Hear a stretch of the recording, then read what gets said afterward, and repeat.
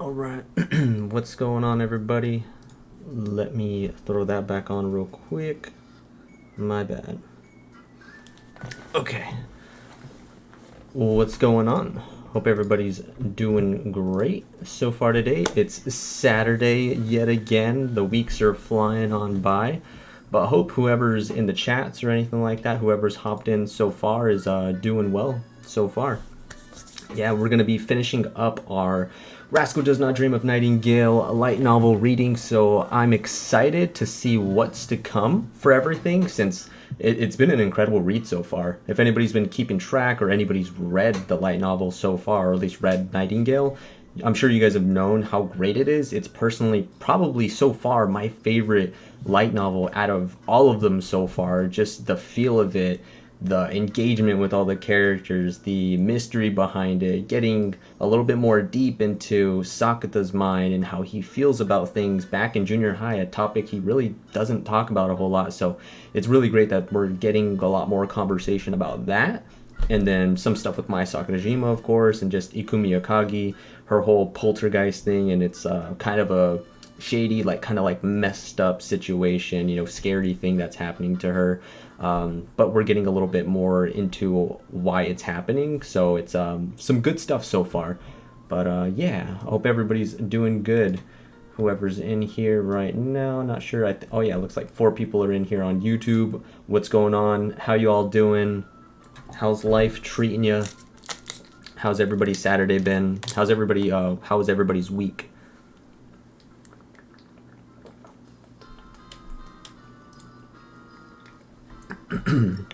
My bad. I need some water.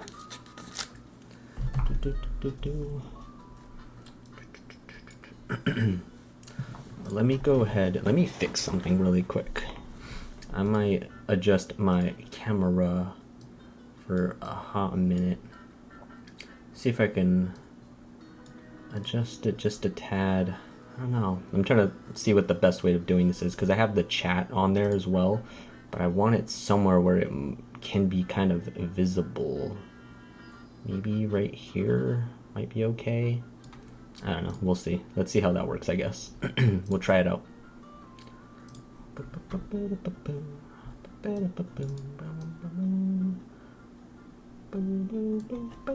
Okay.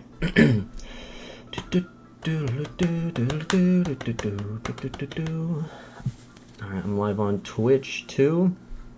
Alright, well, let's hop into it. Let's start it off. I think we're at like the 60% mark. 61%. Okay, yeah, we left off on part 4 on it right now.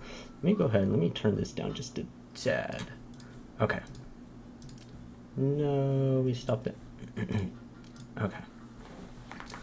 Alright, so we're on part 4 right now. So Ikumi Akagi, all this stuff's happening. I think, wow, what happened last time? I know we were getting a little bit more insight, like I said, into what was going on with Sakata and Ikumi, why Ikumi had her adolescent syndrome really going on. At first we thought it was a whole like potential like crush love situation or whatever that was going on, but they let us, as we kept reading further on, we found out that it might be maybe more of like a guilt thing than anything, with Ikumi not being able to really help Sakata back in the day, or really not believing him and not really being there for him back then. And now seeing that everything that is going on right now is, true and stuff, she feels bad about it, and she feels bad that she wasn't there for him and really believed him and supported him during that like more stressful time of his life and everything, with Kaede and then him and stuff like that, having the scar on his chest and everything. So yeah, that's kind of where we left off with. But I think Sakata's potentially gonna go see her and speak to her and kind of hear it from her herself or something along those lines. I think that's where we left off. Okay, so let's start it off. So it says, bye Ikumi sensei, take care.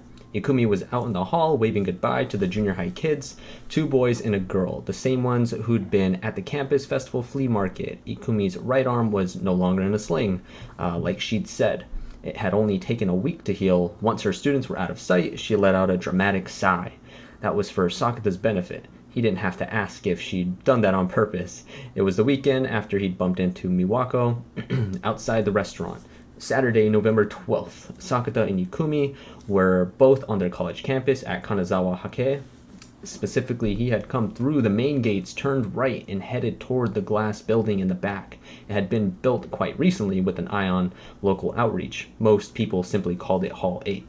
He'd heard it was used for volunteer groups or off-campus clubs, but this was his first time seeing the building in person. Sorry for not warning you about him, Miwako said as Yukumi came back in. He talked her into just saying He talked her into just saying someone wanted to observe her volunteer work without mentioning Sakata's name. Oh, okay, yeah. So I remember Sakata said that he wanted, because Miwako's been kind of involved in some sort of way with Ikumi's volunteer work, and that's how Miwako knew about Ikumi and knew about how kind of Ikumi feels about Sakata. And Sakata was like, let me go, or next time you go on one of these little ventures of volunteer work, let me come so I can see what's going on or talk to Yukumi in some sort of way. So, yeah, we'll see how that conversation turns out. All right. So it says, sorry for not warning you about him, Miwako. Wait, he said he'd heard... Oh, yeah, I already read that. So sorry for not warning you about him, Miwako said. As Ikumi came back in, he'd talked her into just saying someone wanted to observe her volunteer work without mentioning Sakata's name. No, this isn't on you, Miss Tomobe. Evidently, she blamed him. He pretended not to notice. If he didn't notice, the implication was lost to the world. Oh, then can I leave this to the two of you? She glanced at both of them and then shouldered her purse, saying she had places to be. Go on, thanks for coming. Smart move by her. See you next week. Miwako left, fluttering her half-raised hand. They listened to her footsteps retreat into the distance until they were no longer audible. That left Sakata and Ikumi alone with the silence. Without a word, Ikumi began erasing formulas from the whiteboard they had been working on, a basic factorization problem. Sakata stepped forward and started to help. Akagi, you mad at me? It didn't show, but that sigh had definitely been reproachful. We've got that wager thing going, she said, in a regular tone of voice. Yeah, and what were the terms of it? Seeing if you can forget me before I remember you. And if you keep wandering around in front of me, I can't forget you no matter how hard I try. A gambler's life is hard, he said. I didn't take you for the competitive type. That line was a bit more forceful. She finished erasing the board, having not looked his way once. What an awkward way to fume. I said I don't take bets I can't win. You did not mean it. You did not mean it at the time. She gathered up the black, red, and blue dry erase markers and put them in a case. Then she absently glanced at the clock, and her eyes widened as if what she'd seen was bad news. Sakata followed her gaze. It was 3:40 p.m. When he looked back down, she finally met his eyes. You got somewhere to be? He asked. You sure have a sharp eye. The life of a hero sure is a busy one. Will you stop that? You're still going, right? Yeah, she agreed, attempting a smile. The lost little girl in Yokosuka, or the railroad crossing accident, there was a stolen bicycle too. You've done your... Oh, wait, yeah, so he was asking that. So the little lost girl in Yokosuka, on the railroad crossing accident, there was a stolen bicycle too. You've done your homework. Her smile stiffened. Were you gonna hit all three? The 3 dream tweets he'd found had times far enough apart that if she headed out now, she could probably make it. I've really got to run, she said, clearly done answering questions. She was already headed to the door. He called after her anyway. How many you got to rescue before your regret disappears? She froze in the doorway. Did you remember something? She asked, not turning back. I just figured not helping me in junior high is the sort of thing that you'd still be dragging around. Miwako had put the idea in his head, and it wasn't really based on anything tangible, but the words got her to turn and face him. She spun around, gaze locked on his. Her emotions stabbed into him, but her eyes wavered anxiously, and she looked ready to cry. He didn't know what was going through, or he didn't know what she was going through. The only thing he was certain of was that in this moment she was more emotional than he'd ever seen her be. But the glimpse beneath her calm mask was soon painted over by a different emotion. Before any further words emerged from her lips, a shiver ran down his spine, and she clapped both hands over her mouth as she crouched down. Akagi, is this... He remembered what happened at the festival, the poltergeist. Sakata ran over to her, and the hair hanging down her back went from straight to gathered, then it turned, twisting. The ends pointed upwards like she was being submerged in a bath. Neither Sakata nor Ikumi was touching her hair, and it was held firmly together without a single hairpin. Again, not now. She moved her hand from her mouth to her thigh and pinched it hard. It was painful to watch. Who was she talking to? Then he saw a snake-like something moving behind her blouse. It traveled down her throat, across her shoulders, and into her sleeve. There was no one here, but the folds of her clothes writhed and let him track it. The door and windows were open, but there was no breeze. Neither of them was touching her sleeve. There was nothing there, yet it was moving like ripples on the water. Seeing the poltergeist firsthand again had his heart in turmoil, and he didn't know what to say to her. He couldn't move. His mind was held captive by the strange phenomenon in front of him. He was beyond shocked. He was beyond shock. His blood simply ran cold. Unadulterated fear of the unknown raged through his head. It was just that unsettling. Yet his hand reached out on its own, trying to grab the invisible snake. It got a firm grip on the it got a firm grip on the twisting wrist of her left hand. Oh, I thought that it actually got Sakata for a second. I was like, oh shit, damn. Okay, it says, but all he felt was Ikumi's surprise and the thinness of her wrist. Okay, damn. Yo, what's going on, Vic? How you doing, man? Hope you're doing well. How's your Saturday been? I'm just finishing up this light novel, man. It's been, it's getting crazy right now.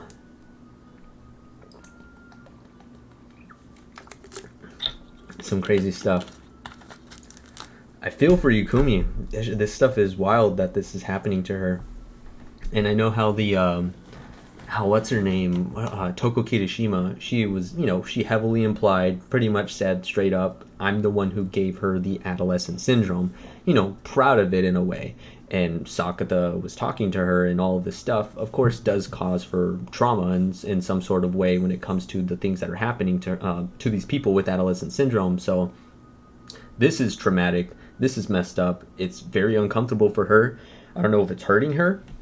Yeah, I don't know if it's hurting her in some sort of way. She said before that it didn't hurt, that it was more like uncomfortable or something along those lines. I can't remember her exact wording of it, but it's still really weird. It's like touching her in like inappropriate places and, making her uncomfortable. I'm sure it does hurt in some sort of way, and she's just not really admitting it in some sort of way. But yeah, it's weird. And the fact that Toko Kirishima was the one behind, placing this adolescent syndrome upon her, and she seems like proud of it in some sort of way. Sakata has full right to be kind of pissed and outright tell her, like, yo, stop doing this stuff. This is really weird. This is really messed up to people. Like, stop messing with people in this sort of way. It's obvious that it's going to come down to in the future that Sakata is going to confront Toko Kirishima in some sort of way, or they're going to run into each other and he's going to try to stop her, or try to find some larger way how to get rid of Toko Kirishima or stop her from using these sorts of powers or whatever to ultimately get rid of adolescent syndrome as a whole thing or whatever. So yeah, it's gonna be crazy. We'll see what ends up happening with that. I'm excited to see if that ends up happening, because I'm assuming it is, because this is obvious that this is not a good thing. She was trying to paint it as if it's like a good thing. She was like, yeah, like I'm like Santa Claus. I bestow gifts to people or whatever. Like, just like him, I give people gifts, and I gave her a gift too. This isn't a gift. This is something messed up. I know she has potential guilt or whatever of what happened with Sakata back in junior high and stuff, and how maybe she couldn't help him in some sort of way or wasn't there for him. But, this is like an overboard, like extreme thing that she's having happen to her. So yeah. But let's continue. All right, so it says, okay, so her wrist. Sorry, Akagi, he said, and before she could respond, he rolled up her sleeve to her elbow. Nothing there. The snake didn't exist. But what he did see there raised another wave of questions and surprises. For some reason, her pale skin was covered in letters, like they'd been with magic marker. Oh, okay. Yeah, I've seen this before, because I've seen a picture of Ikumi Ikagi, like one of the very few pictures that they have within the light novels, for this one in particular, and I know she had some like on her leg in some sort of way. I don't remember what it said, because of course I think it was in like kanji or whatever, but that's where this is coming from, I guess. Okay, so it says, but what he did see there was raised another wave of questions and surprises. For some reason, her pale skin was covered in letters like they'd been written with magic marker. You okay there? Sorry about the sprain. Watch yourself with him. It's all going well. Okay. All right, that's weird. That's really weird. What the hell? That's so that is super weird and like kind of creepy, you know? It's like it's the one making her like uncomfortable and like pulling her hair and like doing all this weird crap to her, but yet it's over here like, are you okay? Like, sorry about doing this to you or whatever. It could, it was probably that thing that caused for the sprain in the first place, and then him saying like, or whatever it is, saying watch yourself with him when Sakata's the one trying to help him. It seems like it's an obvious like toxic, like messed up thing that's touching her in some sort of way, whatever it is. If it's a person, if it's some sort of like, I don't know, like actual poltergeist sort of thing, like whatever it is, it's not a good thing, obviously. So it says they almost seem like texts. Is this? He looked to her for an answer. Let go, she whispered. Sakata still had a firm grip on her wrist. So wait, it says they almost seemed like texts. You okay there? Sorry about the sprain. Watch yourself with him. Okay, it's all going well. That's, I don't know. Maybe it says it almost seems like text messages, maybe. So maybe those are like previous text messages that she's had with people before or something like that. Like maybe regarding Sakata in some sort of way, like back in the day in junior high. Okay, yeah, well that's a little weird. So Sakata still had a firm grip on her wrist. He released it. Then the letters on her arm began running, like she was under a shower, moving from her elbow to her wrist and vanishing. Yukumi pulled her sleeve down, hiding the red mark on her wrist where he'd held her. Was that part of the poltergeist? That was definitely not reminders like some kid might write on their hands to remember what they needed for school tomorrow. Nothing good comes of spending time with you, Asasagawa. So I really am the cause. The previous poltergeist incident had also happened while he was watching, because he'd sent ripples through her heart, because he'd caused her stress. The math worked out. Like I said, I know how to fix it. She was obviously pushing him away, so you know what this poltergeist is. She didn't answer, but the silence was the answer. That's why you're sure you're fine. Yeah, that's why you're sure you're fine. Something this outlandish would normally drive you around the bend. Yukumi was able to handle it because she knew exactly what it was, and that it wasn't something that would do her harm, and if it was using words, it was human. Which left one question: who is it? Yukumi didn't answer. He felt like he was getting closer to the truth. If I tell you, it'll affect the wager. She said that, but the way Sakata saw it, he hadn't made any progress at all. Sakata still had no clue who Ikumi really was, what was going through her mind, how she felt about all of this. Ikumi Akagi herself remained an enigma. No matter what angle he came at her from, the impenetrable walls she had up prevented him from getting any closer. He was just walking in circles around those walls, gazing up at the castle she lived in. Not even sure she actually lived in it.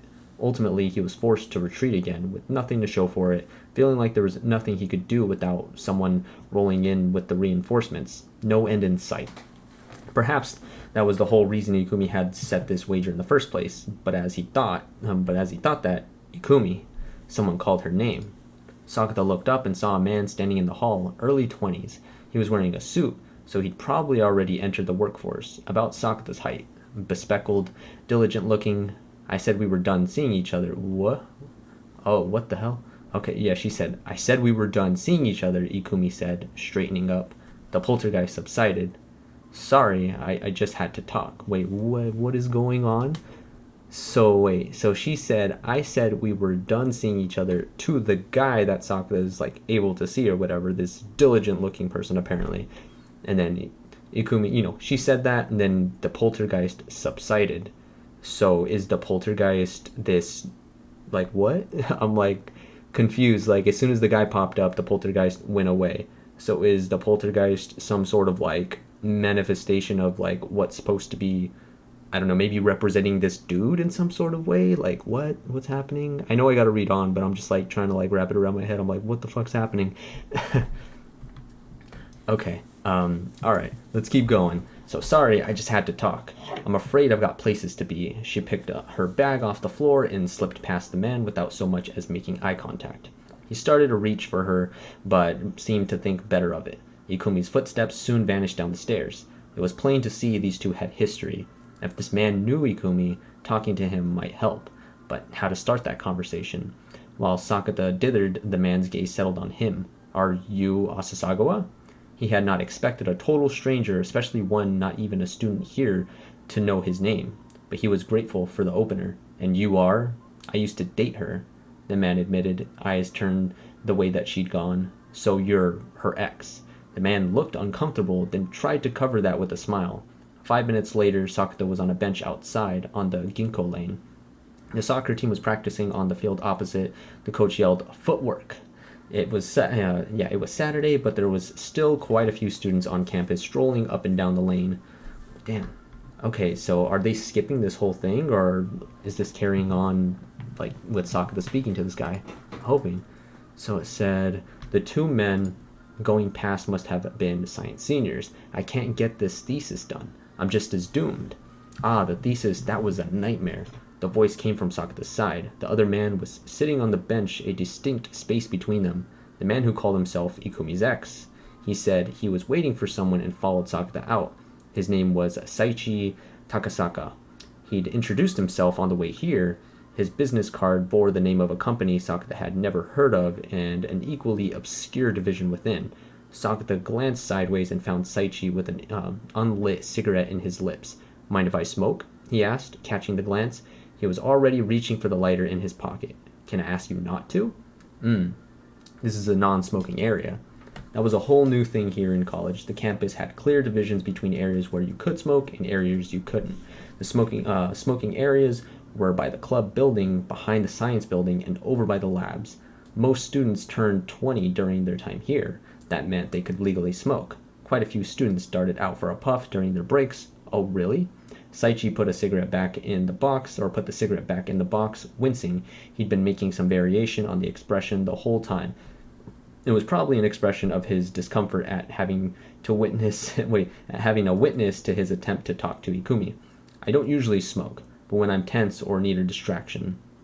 As he made excuses, he put the yellow box back in his suit pocket. Saichi didn't smell like smoke, so this was likely true. So when I do smoke, I wind up coughing, and everybody's just like, stop then. Saichi kept talking without Sakata asking a thing.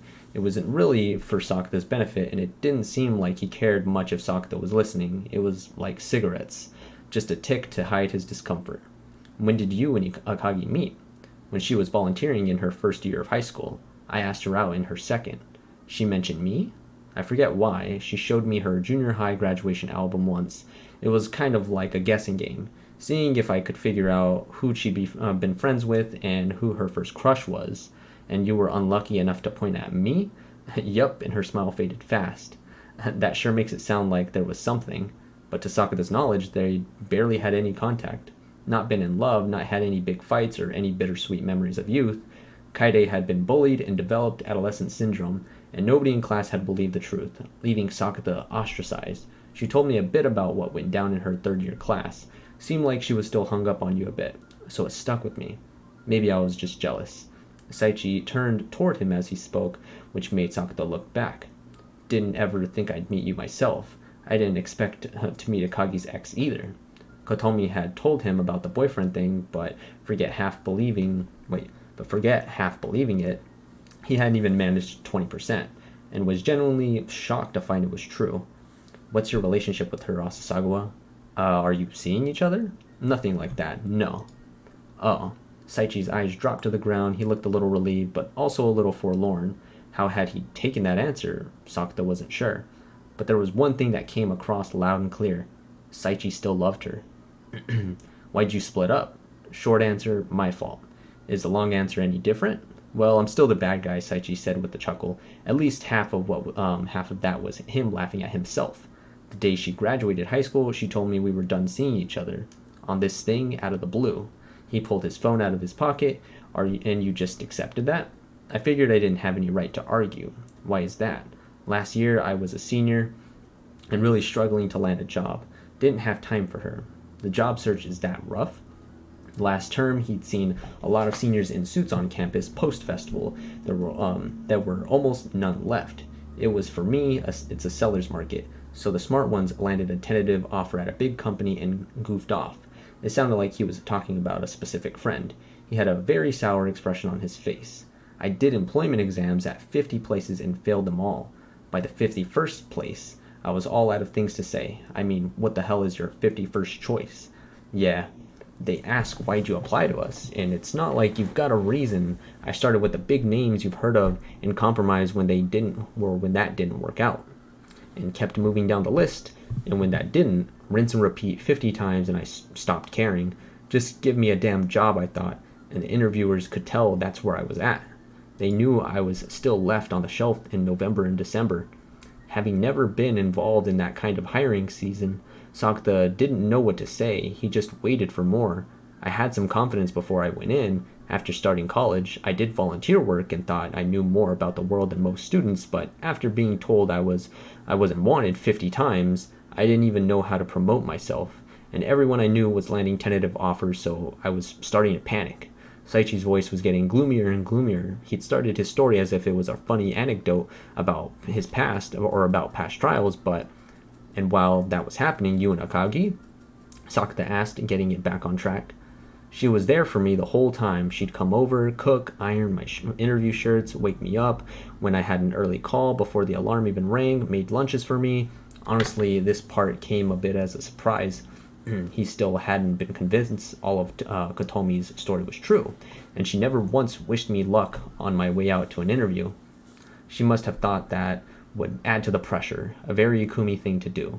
When I got back, she'd just say, "Welcome home," not "How'd it go?" She never let it show either. Even though her entrance exams must have left her just as strung out, he could totally see Ikumi doing that, supporting her boyfriend but never slacking off on her own studying. Her clear moral compass included herself, which meant she was never allowed to cut corners. She'd likely never even considered taking time off. I still don't know what ultimately did you win. So far, he'd just been bragging about his ex. The more stressed out I got, the more I started to resent her. I remember Christmas Eve. I saw her studying in her room and felt like that was silent criticism of me. Before I knew it, I told her not to come by for a while. That's pretty bad. I entirely agree. But everyone had the blood rush to their head sometimes. If you blew the first move, what mattered most was the second. A second blunder could be fatal. I should have apologized right away, but I wasn't mature enough to do that. I believe I couldn't afford to do anything else that would make me look weak, but that was just me being weak. Yeah, Sakata nodded. Saichi let out a wheezy laugh there, acknowledging that Sakata's blunt agreement felt better than any attempts to play nice. But you did get hired, Sakata said, gaze dropping to the card in his hands. That proved it. After the new year, finally. You told her. I figured I should leave her be until exams were over. And the upshot? While you were waiting, she broke up with you. National universities often announced their exam results in mid-March. High school graduation ceremonies came first, Sakata's had. That she'd said. Saichi nodded. The biggest wince of the day, a bitter look at his own past failures. So why come see her now?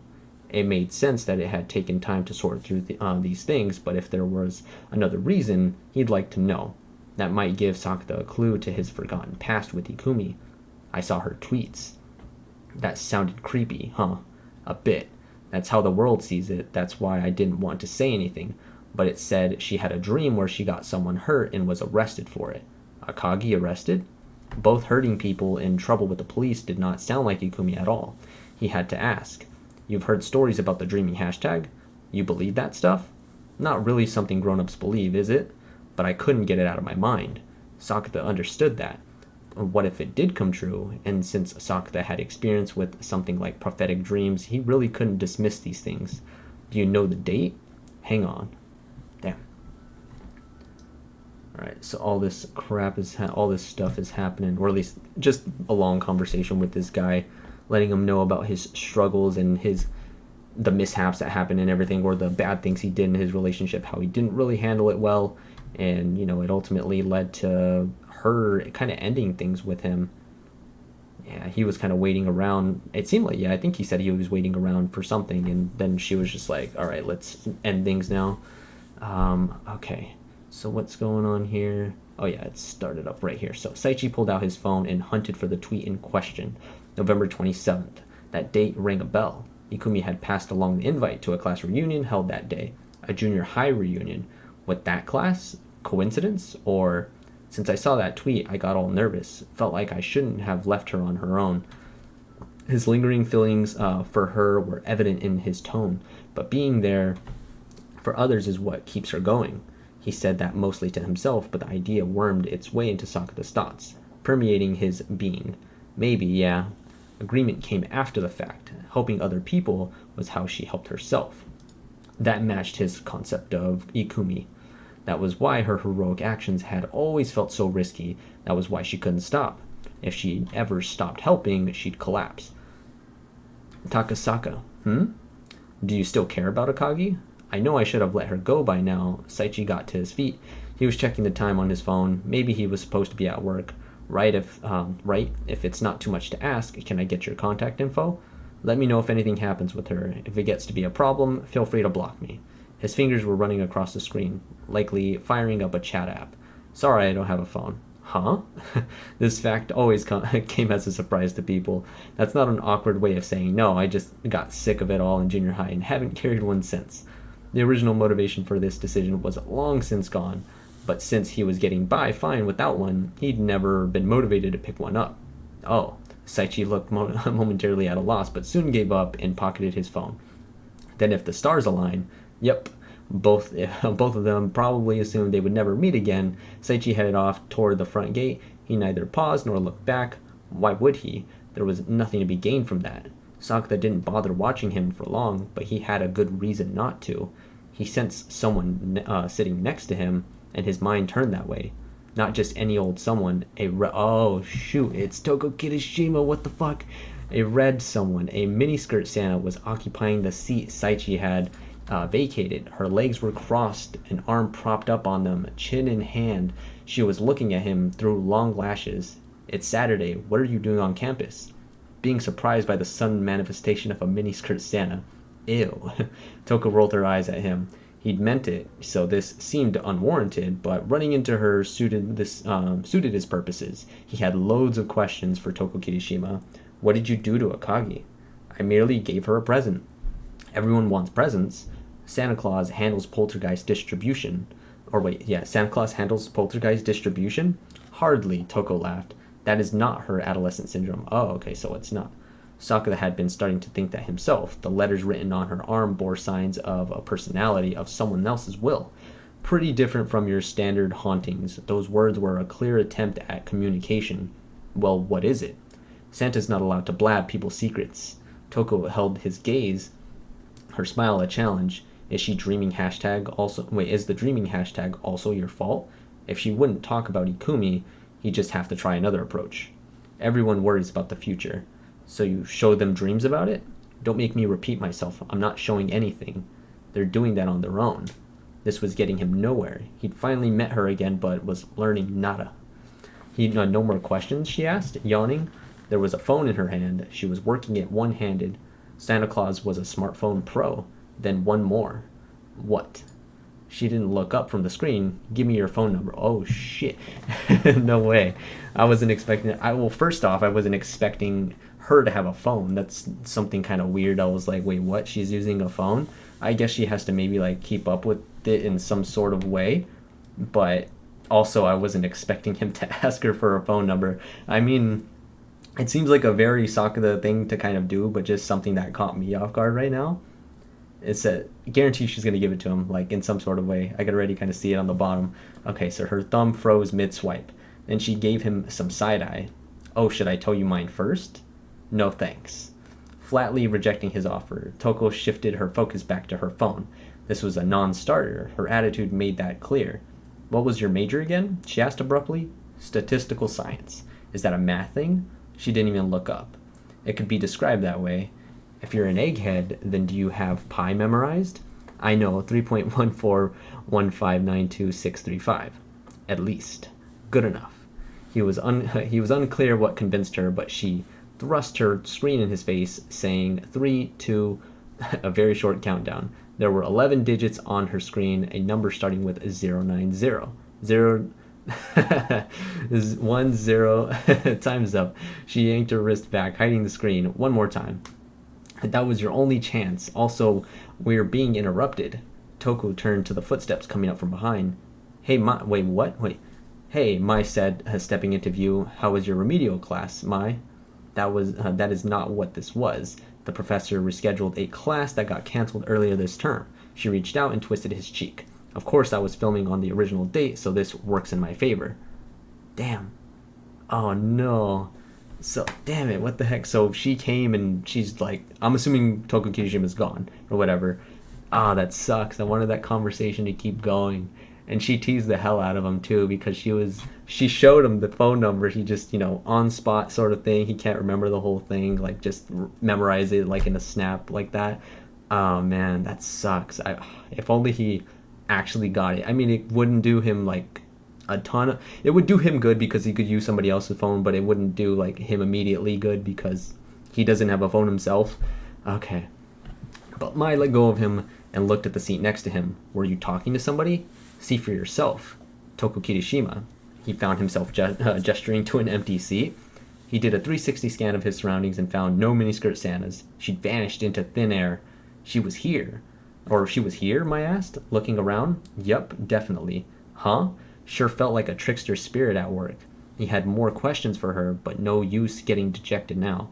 He had remembered all. He did? No way. Bullshit. I don't believe. No way he remembered that. So he remembers it. No, there's no way he actually did. I thought that he like forgot it or whatever. He was saying like he was telling her to show it again, and I was assuming because he didn't remember it. Okay, so sure felt like a trickster spirit at work. He'd had more questions for her, but no use getting dejected now. He had remembered all 11 digits. What happened with Akagi? A lot. Also met her ex-boyfriend. Her what? It's a long story. He got to his feet. Dang, so I can't... Oh man, that's crazy. So, is he gonna... I'm assuming he's gonna call her at some point. That's so wild that he actually, like, remembers her number and he's gonna potentially call her in the future. Maybe that's how he, like, initiates things. Remember earlier when I was saying, like, he's gonna, like, sort of, like, try to get in contact with her in some fashion. He's gonna, like, maybe, like, force something to happen to be able to bring her to like wherever he's at in some sort of way, or try to get in contact with her in some way. And this is the gateway. This is the way. He's got the phone number now. So damn, that's wild. It's still weird to me too how she even has a phone, like in the first place. Like is she some like mythical being like type of thing? Like what's happening with her? Like she just disappeared in the middle of nowhere or whatever, just vanished in thin air. But she's also like using a phone like normal. I don't know, it's such a weird thing. I'm like, is she a mythical type of being, or is she like an actual person? It seems like she's like an actual person that just has like some sort of special powers in some sort of way. But damn, it's wild. Okay, so then tell me on the way home. Oh, about that. I was thinking about stopping by my parents' place. He'd gotten rid of everything from junior high, graduation album included. There was nothing to find by going home. It wasn't even the same place they'd lived at the time, but had been a small neighborhood. It's possible his parents remembered something about Ikumi. Parents had their own social networks, and that thing about her getting arrested was hard to ignore. Then let's get some beaker pudding. Wait, what? Yeah, beaker pudding from Yokohama Station. Mai, are you coming? I haven't been by since that time last summer. Come on. Mai headed off without seeing what he thought, and that meant he had no choice but to fall in line. Sakato. Okay, yeah, so we're on part 5 now. Sorry, I need to drink more water. I'm talking a ton, reading this stuff, and then just blabbering on about my thoughts of this. So this is some pretty crazy stuff. I did not expect to see Toko Kirishima again in this. I'm just wondering how much more are we going to see of her before we get to volume 13. Because we've been seeing her a lot throughout this, and we're potentially going to see more. We're potentially going to see even more of her in the near future.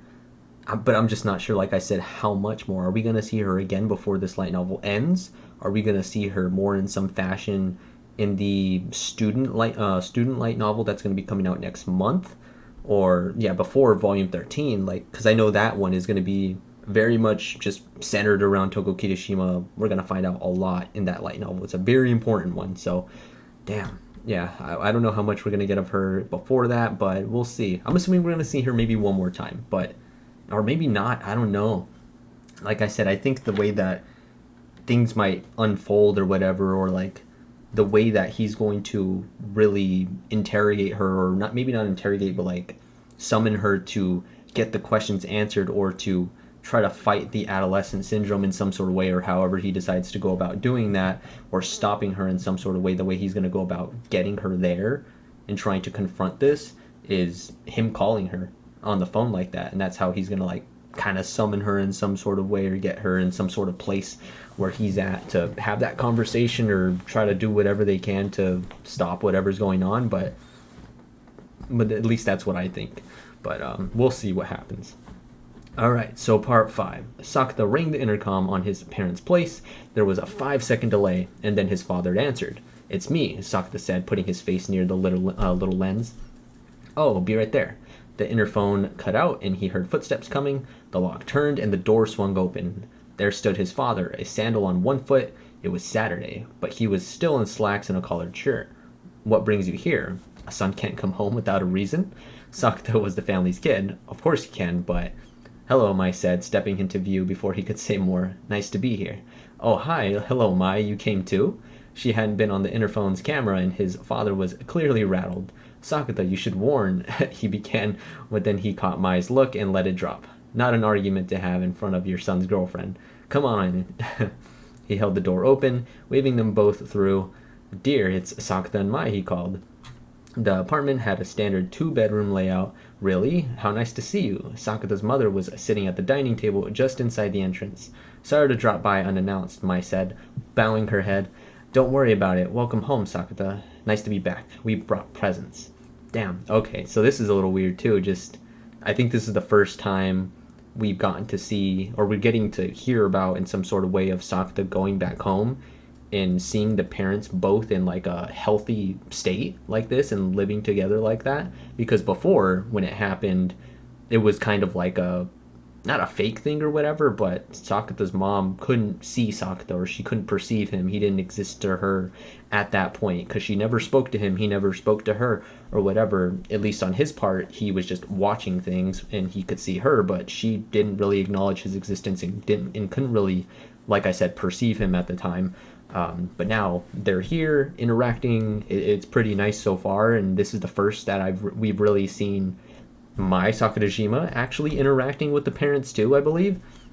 I think I know we had one interaction with Mai Sakurajima and the father when they first met, but this is the first time we're seeing Mai Sakurajima meet them, or at least interact with the mother. She's probably met the mother before, but this is the first time her interacting with her. So this is will be interesting to see. Okay. They brought pudding in the Yokohama Station department store basement, and he set it down on the table. "Thanks, we'll have to eat that later." She smiled at his father and put the pudding in the fridge. Meanwhile, his father ushered them into the living room. Once they were settled on the couch, Sakata's mother asked, "Are you staying for dinner?" "I'll have to add a dish or two and re-prep the rice cooker." "No." But before Sakata could insist, they weren't staying long. Mai got to her feet. "I'll help," she said, joining his mother in the kitchen. "Oh, you don't mind?" She seemed unsure she should really let the famous actress help. "I want to learn the secrets to Mom's cooking," Mai insisted. "Golly, it's like you two are newlyweds already." His mother looked pretty pleased and got an apron out for Mai. They started peeling potatoes together, talking about Sakata as they worked. Mai always acted a tad more formal around his parents, which was a strange feeling, but he was glad to see her building a good relationship with them. He'd first introduced her to his mother in March this year. He'd come over to tell them he'd passed his exams and gotten into college, and he'd brought Mai with him. With Kaide doing better, their mother had stabilized, and he'd hoped it would be safe to start pushing the boundaries. But it still came as quite a surprise. Mai Sakurajima was a household name, and his mother had been watching her act since she was a tiny child. Having someone like that show up as your son's girlfriend made it hard to act normal. Sakata's father had told her about Mai, of course, and that really likely helped her keep it together, but she definitely spent several minutes dreamily going, "It's really true, it really is, you're really just as beautiful." And since then, they'd come over to visit on several other occasions. "Coming from school?" His father asked, lowering the volume on the news. He was trying his best to be hospitable. "Basically. The screen was already showing early Christmas illumination news. Don't suppose you two remember the Akagis at all?" Sakata asked. Mai's eyes snapped to him. She was probably wondering if this was safe to bring up around his mother. She'd been unable to find a way to help Kaede with her bullies, felt like she was a failure of a mother and had a breakdown. It had been bad enough she couldn't live in a normal life afterward, but that was no longer the case. Kaede, Sakata, their mom, and their dad had all gone through the hard times and were able to spend time together as a family. And seeing how much Kaede was enjoying life gave their mother mental fortitude. Knowing Sakata was having fun with his amazing girlfriend gave her confidence. She'd happily said as much herself, so he was pretty sure she could handle this much. And he was right. Neither of the parents batted an eye. The Akagis? Yes, I remember them. They had a daughter, right? I believe her mother was a lawyer. That was news to him. Maybe Ikumi's serious righteous thing came from her mother's legal experience. And I'm pretty sure she was on the PTA, his dad added. That's right, managing that alongside work is something else. It sounded like her mother also never took time off. In high school, Akagi had been class president and volunteered. Now she was going to nursing school and playing hero. But what brought that on? His mother asked, eyes on her cooking. Akagi goes to our college. Different major, but I bumped into her recently. I didn't remember her at all, so I was just wondering what she was like. Then I've got just the thing. His father stood up, opened the sliding door, and vanished into a bedroom. He came back with an album in a crisis paper case. Oh, no way. Is this the thing that they were talking about, like, with Ikumi getting, like, arrested in some sort of way? Oh, shit. Alright, so he held it out to Sakata. It was quite heavy. Is this? He didn't really have to ask. The term had already floated into his mind. Oh, no, never mind. Okay. He said, what got me was he said with an album in a crisis paper case. The word crisis made me think it was like a police report in some sort of way. So that's what I got at first. So I was like, oh shit, this is the police report of, like, somehow he has the police report of Ikumi Akagi getting arrested. I don't know why he would have that, but I thought that was what it was. Okay. So the term had already floated into his mind, his graduation album. Found it with the winter things. He took it out of the case. The cover bore the name of his junior high. Okay, so he's going to find out because they have, like, what is it? The things that they wrote about each other were, like, quotes or something like that, and what Ikumi Akagi said that he wrote in some sort of way was, like, special or something like that. So, all right, let's see what it is. So he took it out of the case. The cover bore the name of his junior high. Not exactly a trip down memory lane. He'd never even seen the graduation album before. He didn't even remember opening it once. Had likely never taken it out of the case it came in. Brand new. Consigned to the junk drawer. But somehow it had ended up back in his hands. The moving men spotted it and double-checked. If we really wanted to throw it out.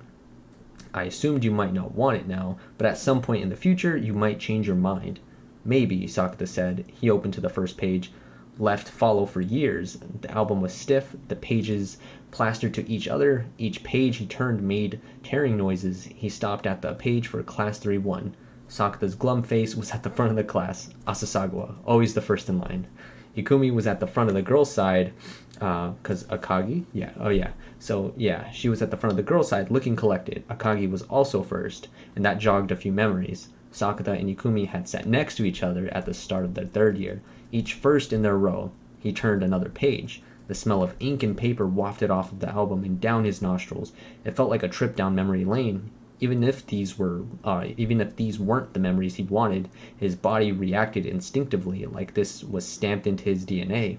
Past the sections on each class, he found a collage of school activity photos. All the students looked fresh-faced at the entrance ceremony, hyped up at the sports festival, excitedly showing off culture festival costumes. There were pictures of sporting leagues and field trips. Everyone was having fun, like the 3 years they spent together had been a blast. There wasn't a single glimpse of the gray misery he'd lived through. It was all vivid colors. This album was a lie. He turned more pages and the pictures gave way to black and white text. 2 essays per page, one from a boy and one from a girl. Class 3-1's first page had Sakata Asasagawa's and Ikumi Akagi's name side by side at the top. Living up to my ideals. Ikumi Akagi, Class 3-1. For my elementary school graduation essay, I wrote that I wanted to grow up to be someone who helps others. At the time, I thought junior high students were grown-ups, but now that I'm graduating, I know I've fallen far short of my goals. I was class president for my first year and did my part to help prep and manage the sport and culture festivals, the latter especially. I stayed so late the teachers brought us food, and I know that was worth it. There are fond memories now. My second year was all about the student council. I was appointed secretary, and every task that came my way was a new experience. I was in contact with every club and every student government position. I made a ton of friends outside my class and outside my year. I cannot begin to express how grateful I am for the time we spent together. But in my third year, I failed to do anything. In high school, I hope this time I really grow up and really will become someone who helps others. An expression of her earnest, dedicated personality. And that's exactly why the one line devoted to her last year highlighted how intense her regrets were. Oh yeah, it says this was at the bottom of that last section, it says this was a formulaic essay. And it says, okay, highlighted how intense her regrets were. She'd likely had more to say, maybe she'd even written it. Perhaps her teacher had edited it down to that line after submission. The simple phrasing that survived stuck with him. Maybe he was overthinking it, but Sakata doubted that very much. I failed to do anything. Anyone who was in that class would know exactly what she was talking about and when. He'd been right. She did regret it, regretted not helping him, and she was still carrying that. The fact that she remembered what she'd written in her graduation essay proved it. Perhaps in her mind, she'd made a point of writing that line down in her album as a form of self-reproach. Most people would soon forget what they'd written. Sakata sure had.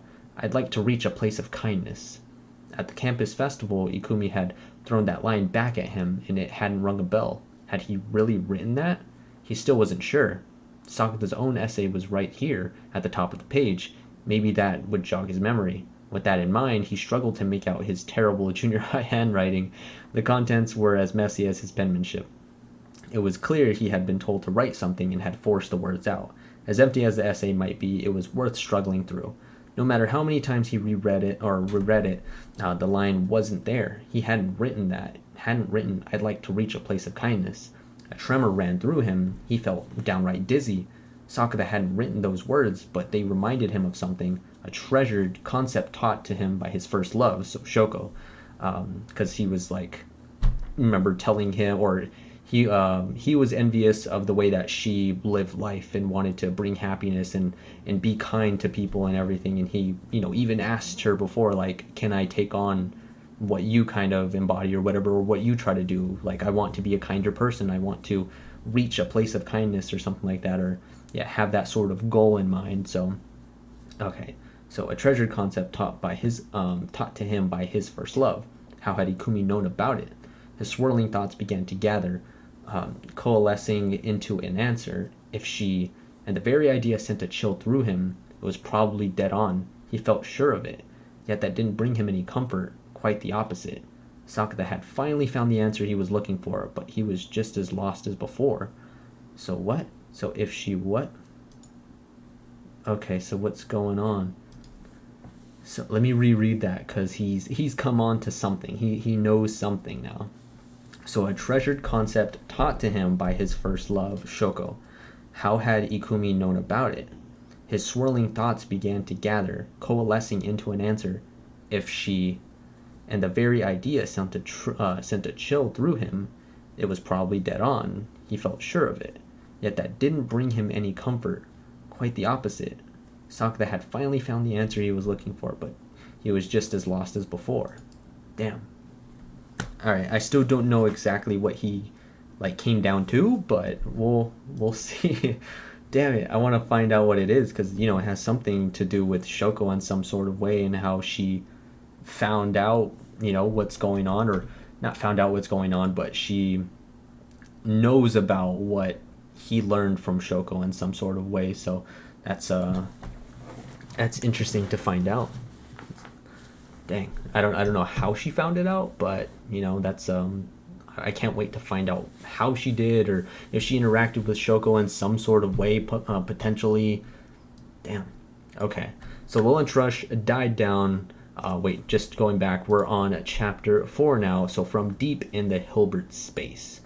I don't know if this is the last chapter or not. We're at 74% right now. I think we might be. Yeah, I'm pretty sure we're on the final chapter right now, because it should take up the last 26% of this story that we got going on, since we're at 74. All right, so the lunch rush died down around 3 p.m. The restaurant's bustle gave way to the usual relaxed vibe. The seats went from full up to half capacity. He thought he might be able to bow out soon. No sooner that, my bad, I'm like stumbling over my words for whatever reason. So no sooner had the thought crossed his mind than his manager said, "Asasagawa, you can clock out." "Don't mind if I do," he said, and he headed to the break room where the time cards were. He was greeted by the rear end of a high school girl peering into the staff fridge. She was in full ostrich mode. "Koga, that is too much butt." Tomoe righted herself immediately, putting both hands over the back of her skirt. "You are the worst." She puffed out, her cheeks glaring at him. She clearly intended to look angry, but it was more like a chipmunk with its cheeks full of acorns. "Yo, what's going on, Paris? How you doing, man? I hope you're doing well. How's your Saturday been? How's your week been?"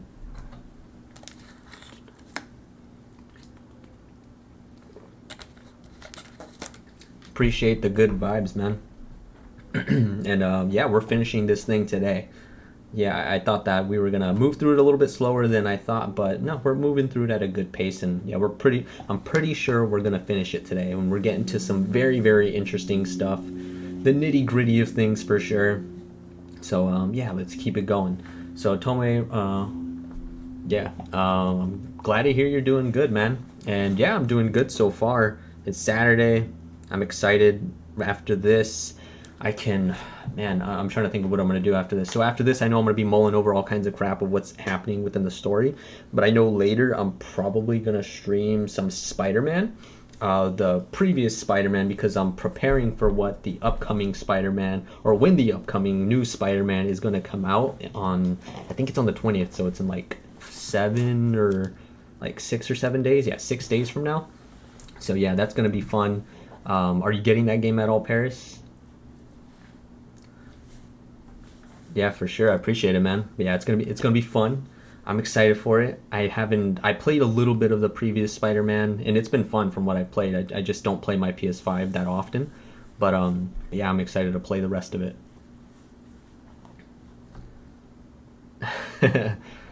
Andre pulled you into what? Into PoE? What is that? I'm trying to think of what PoE is. Is it what? Damn it. I feel like I should know what that is. Dang it. Let me know what that is. Oh, Path of Exile? Okay, what game is that? Is that a shooter in some sort of way, or is that like some like adventure RPG type of thing? Was the 1999 Spider-Man on PS1, bro? You should play the new one if you have a chance. If you haven't have the console or whatever to play it, you should play it. It's really fun. It's a dang fun game so far. Haven't finished it like I said, but I've played a little bit of it so far, and it's really cool. Oh man. Okay. So we're at over here. Yeah, he's talking to Tomoe Koga. So she puffed out her cheeks, glaring at him. She clearly intended to look angry, but it was more like a chipmunk with its cheeks full of acorns, possibly a pudgy hamster. Either way, not threatening, just adorable. Those are the cream puffs I owe you. I said one would be plenty, she grumbled, pulling the white box out of the fridge. It was a bit too big to hold one-handed, and it had 10 cream puffs inside. Sakata had swung by the cream puff shop by the JR Fujisawa station gates on his way here. Tomoe's shift started after his, so he'd put a note on the fridge door that said, Koga's cream puffs, do not eat. And this note, she yelled, snatching it off the door and shoving it in his face. The others were laughing at me. Can you really eat all of those? You can share the rest if you like. Kaide's coming later on. Then write for everyone. This is funnier. He took the note from her, balled it up, and tossed it in the wastebasket. I disagree, Tomoe said, opening the box. The smell of maple syrup filled the room. They look so good. With that, she bit into one. The sweet cream banished her irritation, and a happy smile spread across her cheeks. Sakata seized that chance to duck behind the lockers. These were tall enough to scrape the ceiling and neatly split the room into two, giving the male staff a makeshift changing room. He stripped out of his server apron, shirt, and slacks down to his underwear. Oh yeah, Koga, he said, calling over the lockers. You know about the dreaming hashtag? You only just found out? Koga was a very modern schoolgirl, always on top of the latest trends, and this was old news to her. As a prophetic dreams trendsetter, what's your take? I think it's kind of creepy. It ain't much compared with your future simulation. True. The Petite Devil's version absolutely destroyed her these dreams. Her simulation had let him experience a whole future month in real time. I'm not competing, but you don't think they're fake? Yeah, well, that sounded evasive. Did you have one yourself? Not personally, but Nana's dream came true. That was her friend, Nana Yonoyama, or Yoneyama. What kind? A boy hit on me at the beach. She sounded loath. Wait, what? She sounded loath to admit it. When was that? End of July. Today was November 27th. This was 4 whole months ago. No wonder she'd been surprised he brought it up. The hashtag had been around for ages. Come to think of it, I didn't get to see you in a swimsuit this year, or the year before. Oh, I see. You buy a new one every year then. Looking forward to next year's then. I did not say that, but you must get hit on all the time. The boy in question was the same one Nana saw in her dream, which was the only reason why I'm telling you about this at all. He didn't need to say or see her face to picture how cross she must look. Maybe she'd better eat a second cream puff. What happened to the boy? He's dating Nana now. Oh, that was a shocking twist. He went to the same junior high as her. If that alone was a basis for dating, Sakta and Ikumi would have hooked up by now. Did they have a thing for each other at the time? Nana did, apparently. Don't think he did. He seemed pretty surprised that was her. Ah, you did some sort of transform for her. Nana stopped by the restaurant every couple of months, so Sakta saw her often enough. When they'd first met, she was a quiet, reserved first year. 2 years later, she had quite the glow up. She hadn't changed herself overnight like Tomoe's pre-high school makeover, but a boy who'd missed the steps in between would certainly find it shocking. She was simply much cuter now. By this point, Sakta was dressed again and he came back into the break room. Tomoe had finished her cream puff and was folding up the wrapper. She looked a bit put out. Are you that shocked Yonoyama got out ahead of you? That's not the problem. I mean, last week when she said they were going out, now it was certainly surprising, but I don't know. I'm just feeling pressured. That's totally a Koga problem. What's that supposed to mean? He'd meant it was straightforward and genuine, but he didn't want to admit that. He figured she wouldn't take it as a compliment, and he could tell she already knew what he'd meant. That's why she was mad at him. Okay. Oh, it's an action RPG from the devs of Diablo 2, and said we can make a way better game. And Path of Exile was created 10 years running. Okay, so PoE 2, Path of Exile 2, expected next year, and you're trying to get him into Final Fantasy. What is it? Final Fantasy 14? Oh yeah, okay. Oh no, you're good, man. No worries. But yeah, that's cool. This sounds dope. I don't think I've played Final Fantasy 14 at all. I haven't played many of the Final Fantasy games, but I can't remember which ones I did play. I think I played 7 because a lot of people. I know I played 7 to an extent because people told me that it was a pretty good game and it was fun from what I played. I just didn't finish it. And I do want to finish it though. And yeah, I know 14. Which one is 14? That's not the latest one, right? I know there was like a newer one that came out more recently. Is that it? Is 14 like the latest one? But that sounds cool though. Path of Exile. It's a RPG game. Free trial until level 70. No way. Until level 70. Damn, that's a long free trial. That's crazy.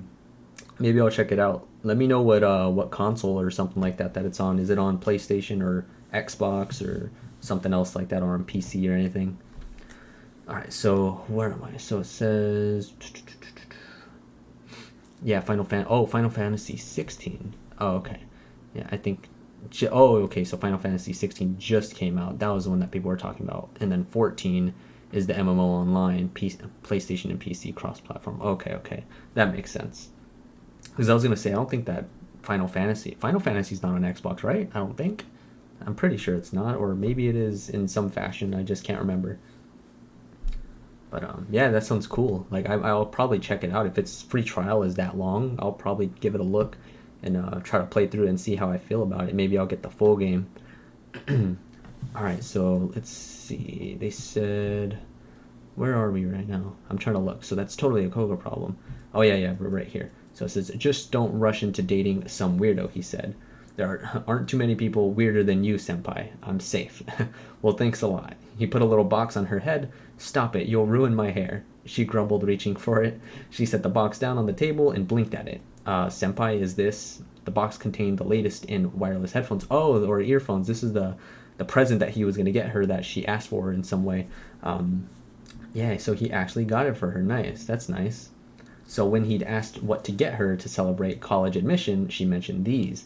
I haven't even told you the referral results yet. You managed to get a referral retracted?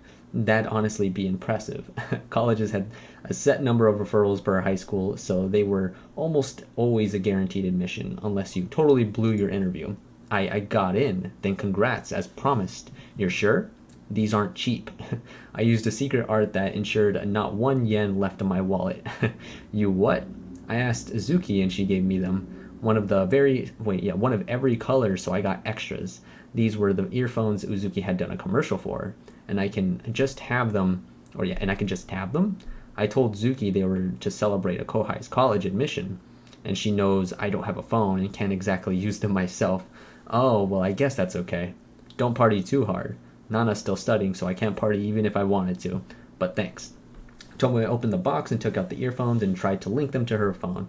Midway, she went, oh, right, and looked up. That reminds me. What? I saw a worrying post yesterday about our high school. Tomoe glanced back at her phone and scrolled down her feed. Right, this one. She lifted her head and showed him the tweet in question.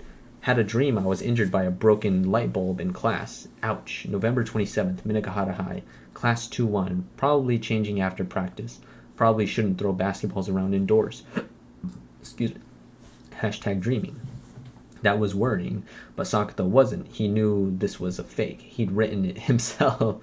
Of course he did. He'd made a whole new account to do so. That one's fine. How so? A hero will handle it. So Ikumi. Yeah, Ikumi would show up for sure. He was laying bait for her. Senpai, have you finally lost it? There was a look of genuine concern in her eyes. He objected to that in principle, but explaining the whole thing would take too long. He had places to be, catching up with that hero. Afternoon, everyone, Kaede said, coming into the break room. Oh, hey, Kaede. Hi, Tomoe.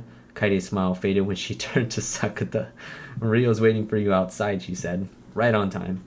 The clock in the break room said 3:20. I'm out of here. Oh, okay. Have fun. Kaede, want a cream puff? Oh, you bet. I think I got room for a second. Laughing at that, Sakata left the break room. True to Kaide's word, Rio was standing outside the restaurant, alone by a lamppost. Thanks for waiting and coming. I was here for a class anyways. She started walking. Sakata matched her pace. This road ran directly to the station, but the private lesson-based cram school they worked at was on the way. First, about Ikumi Akagi's adolescent syndrome. Your suggestions on the money, Asasagawa. That seems the most likely possibility. He'd called Rio after seeing the graduation album. Their schedules hadn't quite lined up, but he was only just now getting to pick her brain further. Though it is rather hard to believe. Agreed. Sakata found his own idea difficult to swallow. If I was in the same position, I couldn't do what she is. Me neither. If Sakata was right, then Ikumi Akagi's adolescent syndrome was already active during the college entrance ceremony, and she'd been in the throes of it ever since, at least 8 months. Presumably, she'd made the conscious choice to keep the symptoms going. That was hard to believe, but if Rio had reached the same verdict, then he had to trust his own conclusion. If there's a first, you've got more?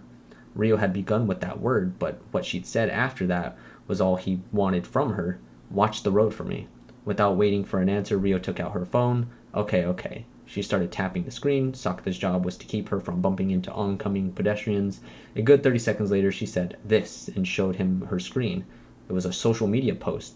He spotted the dreaming hashtag right away. The date was November 27th, posted at the start of the month. November 27th, went to my junior high reunion. If that actually happens, I'll freak. Hashtag dreaming.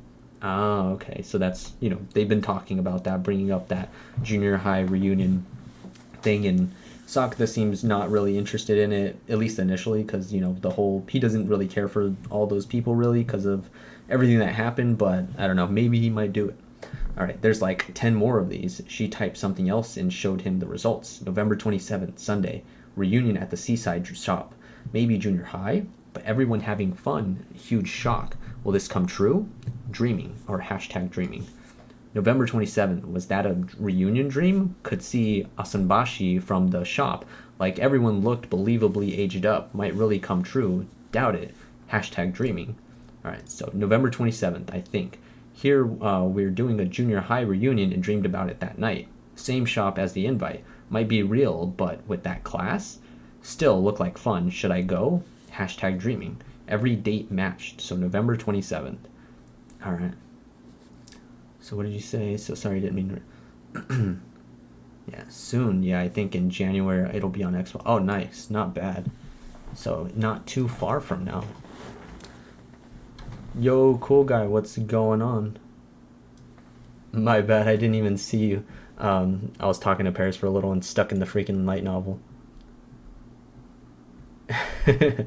My bad, cool guy. I'm sorry about that. I feel bad. But I hope you're doing well. If you're gone, then yeah, I hope you have a great rest of the day. But yeah, it's crazy. So something on November 27th. Hoping we get to see what's going on that. If he actually goes to this, maybe he will. It sounds like he's probably going to see what's going on because there's so many tweets coming through from it. All right, so every date matched. From what he could tell from the profiles, the posters were Sakata's age. Their profiles had hints of their colleges or locations, and all of them were local. Coincidence? Overthinking it. He could have assumed that, but felt disinclined. This got anything to do with you? It might. I do have an invite. He took the postcard-sized flyer out of his rucksack's pouch and showed it to her. It was the one Yumi had given him. A reunion party on November 27th. 2 whole hours from 4 to 6 in the Yokohama Bay area, right near the Osanbashi Pier. The vibe of the shop was just like Post described. Ikumi Akagi had a dream about this too. The one where she hurt someone. Saichi Takasaka, her ex, had told him about it. He'd found the post on an account he was pretty sure belonged to her. Is it a coincidence so many hashtag dreaming posts are about this? That's what I want to know. Well, if you've taken any steps, or if you've taken steps, I'm not going to worry, but... Rio stopped. They were outside the cram school. But, try to be careful. Of what? It might be you she stabs. Ah, okay. With that, she headed inside. He hadn't really considered the possibility. Maybe I should tuck a magazine under my shirt. He glanced at the periodicals rack and saw a fashion magazine with my face on the front, next to a shonen manga magazine with Sweet Bullet smiling on the cover. Alright, damn. Okay, so it had been ages since Sakata had ridden the Inoden, and it felt familiar, but also like he no longer belonged there. He'd ridden this train on a daily basis all through high school, taken the slow rolling scenery for granted, got used to seeing the car thread its way through the houses, the old-timey sounds of the cars, the rails and the connectors rattling had all been a part of his routine, and now it no longer was. Since starting college, he'd barely even gone to the south side of Fujisawa Station, where the Inoden platform lay. He hadn't even noticed that until today, but the restaurant and cram school were on the north end, and the grocery store and his apartment were too. He never needed the other side, and for that reason, when they pulled out of the Enoshima station, his eyes were glued to the scenery. Even through Koshigo, he was still gaping at the houses, walls, and trees that seemed ready to bang up against the sides of the car. The scenery itself was so close you could almost reach out and touch it. He got worried again in that they actually would bump into something, but then the tracks hit Route 134, and the whole side of the train turned blue. The sun was headed down the sky to the west, and it made the waters gleam. The sky hung overhead in blue.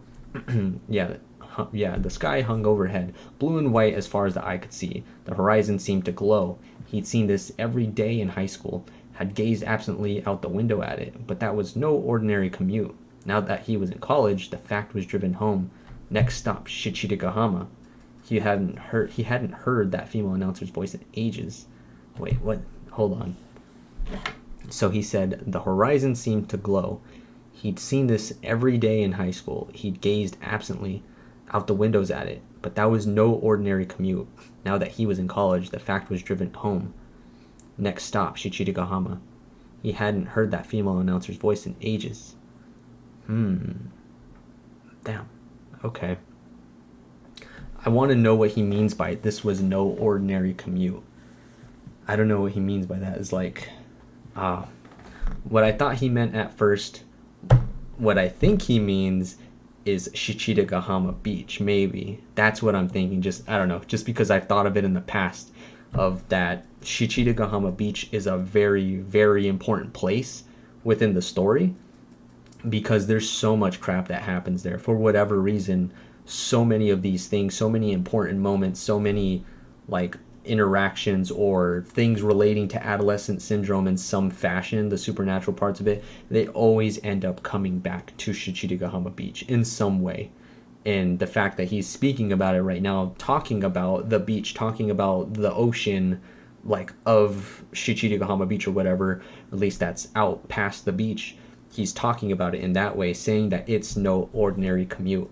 And then in parentheses or whatever, I don't know if it's just saying it in the way of like, I don't know, this is the next stop, just kind of emphasizing that, or if it seems like it's emphasizing it in the way of like, not only are they calling out that the next stop is Shichirigahama, but also saying that Shichirigahama is like a clue in some sort of way. And that's, damn it, that's getting my mind racing. I'm like, Shichirigahama is special.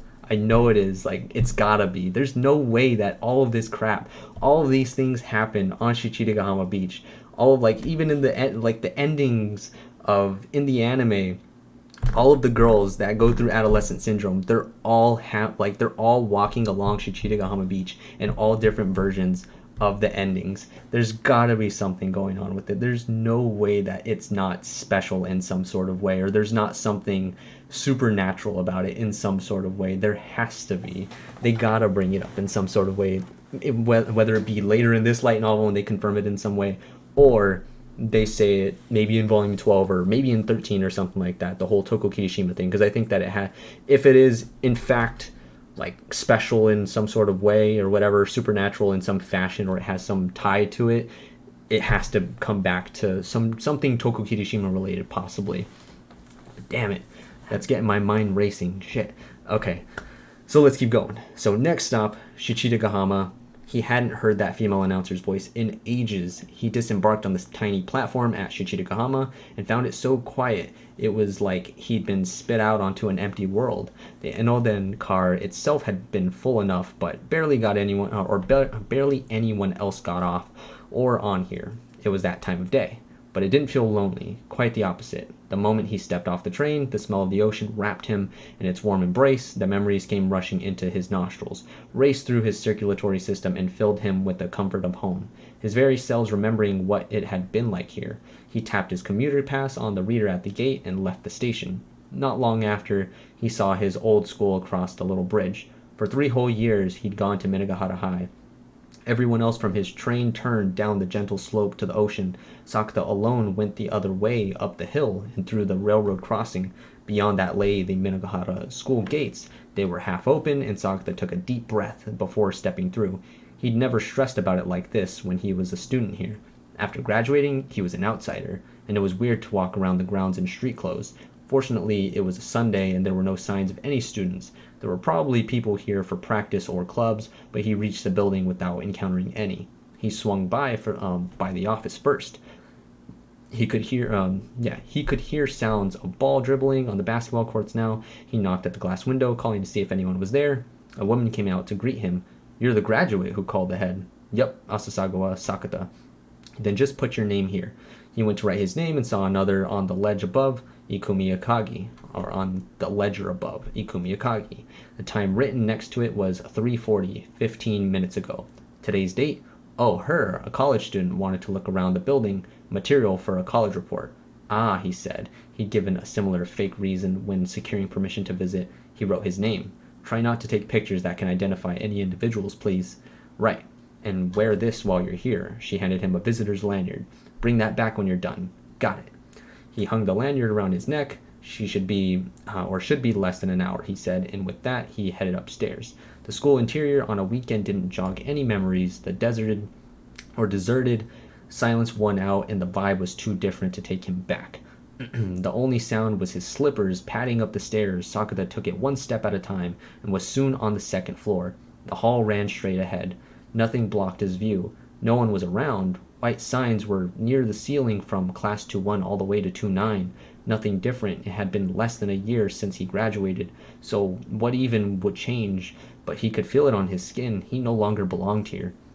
It was very uncomfortable. He'd gotten permission, but felt guilty anyway. But he had bigger fish to fry. He hadn't come here to explore his alma mater. All classroom doors were closed. But when he looked carefully, one was open a crack. The rear door of Class 2-1, Sakata's class. once. He'd sat in there for a whole year. He'd started walking toward the open door and went right on in. He stopped just inside the door, spotting the person who had beat him there. She was standing by the window near the front row. Her street clothes looked out of place in the classroom. There was no mistaking her. That was Ikumi. She must have noticed his entrance with each step he took. The silly sound of his slippers echoed through the room. Sakata headed straight across the room from the back door and stopped at the windows over the coast. He undid the lock and opened the window. The chill ocean breeze brushed his cheeks. That sensation sure took him back. When he'd had the window seat, he'd spent a lot of time absently gazing out the window. Somehow, he never grew tired of this view. The ocean was just compelling that way. You've always regretted it, Akagi. Ikumi said nothing, even when he spoke, just kept staring at the sea. Baffling, cuts and bruises all over Kaide, and I just wanted the teachers and my classmates to believe me, to do something to help us. But knew the outcome. No one had believed his story. Neither staff nor students had extended a helping hand. All they'd done was whisper, Asasagawa's lost it, or he's gone mad, or bore into him with horrified stares. You regret not being able to help me. What had actually saved him were the fuzzy memories of a mysterious high school girl who appeared in his dreams, memories of his first love carved into his soul. Those had been his beacon. Not quite, Ikumi said as she turned his way. Oh? I regret being unable to do anything when my friends came to me like, Ikumi, do something about this grim mood. Even as a kid, people said I had my head on straight and could be relied on. Parents, teachers, friends, I felt like I could do anything. She definitely had her act together more than others her age. She'd had prior success until that year she'd lived up to the people's expectations. Ikumi had never faced a challenge she wasn't a match for. She'd done the work and come through. But that mess in junior high was too much for anyone. Kaide's bullying, adolescent syndrome, dissociative order, or disorder, none of those problems were a single third-year junior high student capable of solving. Those weren't burdens she had, or she should have been asked to bear. But Ikumi wasn't hiding behind that. She never had and still wasn't. That tripped me up, and I think I never really recovered from it. I still haven't righted myself. That earnest streak I had almost certainly caused her own adolescent syndrome. She was too forthright, too tenacious, too harsh on herself. That had become her. You lured me out here to take this trip down memory lane with that fake post. Glad nobody's hurt? Yeah, but make this the last one. I've missed the reunion now. Ikumi turned back to the water. The clock on the wall showed 4. The reunion party was starting. The organizers would be making speeches at any minute. I thought you weren't up for hearing the other girls brag about their boyfriends. I was class rep, figured I should do my part. Very her. But when you think about it, this is a class reunion. The classrooms mean a lot. To you, Asasagawa, she rolled her eyes at him. It was a clear message that wasn't true for her, but it was. He knew that now. He figured it out. That's why he'd chosen to have their talk here. And you, Akagi? That simple phrase made her eyes waver. She seemed lost in thought. Her gaze searched his face for answers, whatever was going through her head. Her lips parted slightly, but she said nothing, like she feared anything she did say would play right into his hand. Sakata had been trying to fish the words out of her, but if she didn't take the bait, he had a backup plan. He would have to cut to the heart of things. Talk was free. You are part of this class, Akagi, and the other potential world. Oh, no way. No way. Wait, does she know about that in some fashion? Like, what? No response from her. She was just gazing at the expanse of water, blinking at the natural speed. Didn't seem surprised, didn't laugh off his words either. At length, she inhaled. I remember this breeze, she murmured, to no one in particular. The ocean breeze played with Ikumi's hair.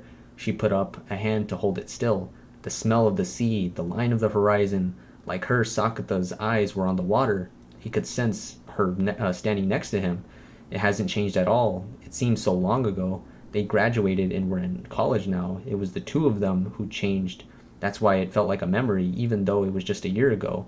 The view of the sea, sky, and horizon had always been there. That routine now felt extraordinary. And their lives, here now, a thing of the past. How'd you know?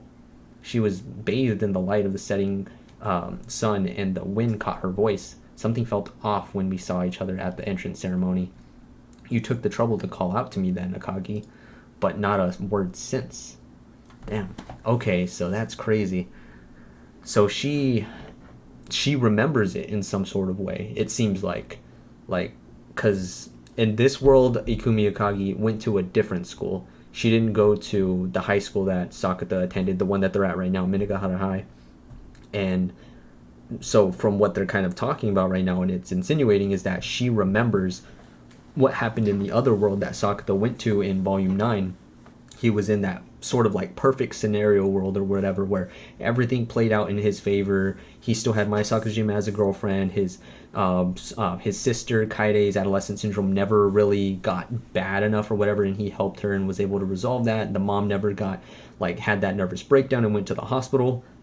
So everything was good, and he was still friends with pretty much everybody there. But in that world, Ikumi Akagi was also present in that world at Minagahara High for whatever reason. I don't know how that ended up happening, but she ended up being at that school.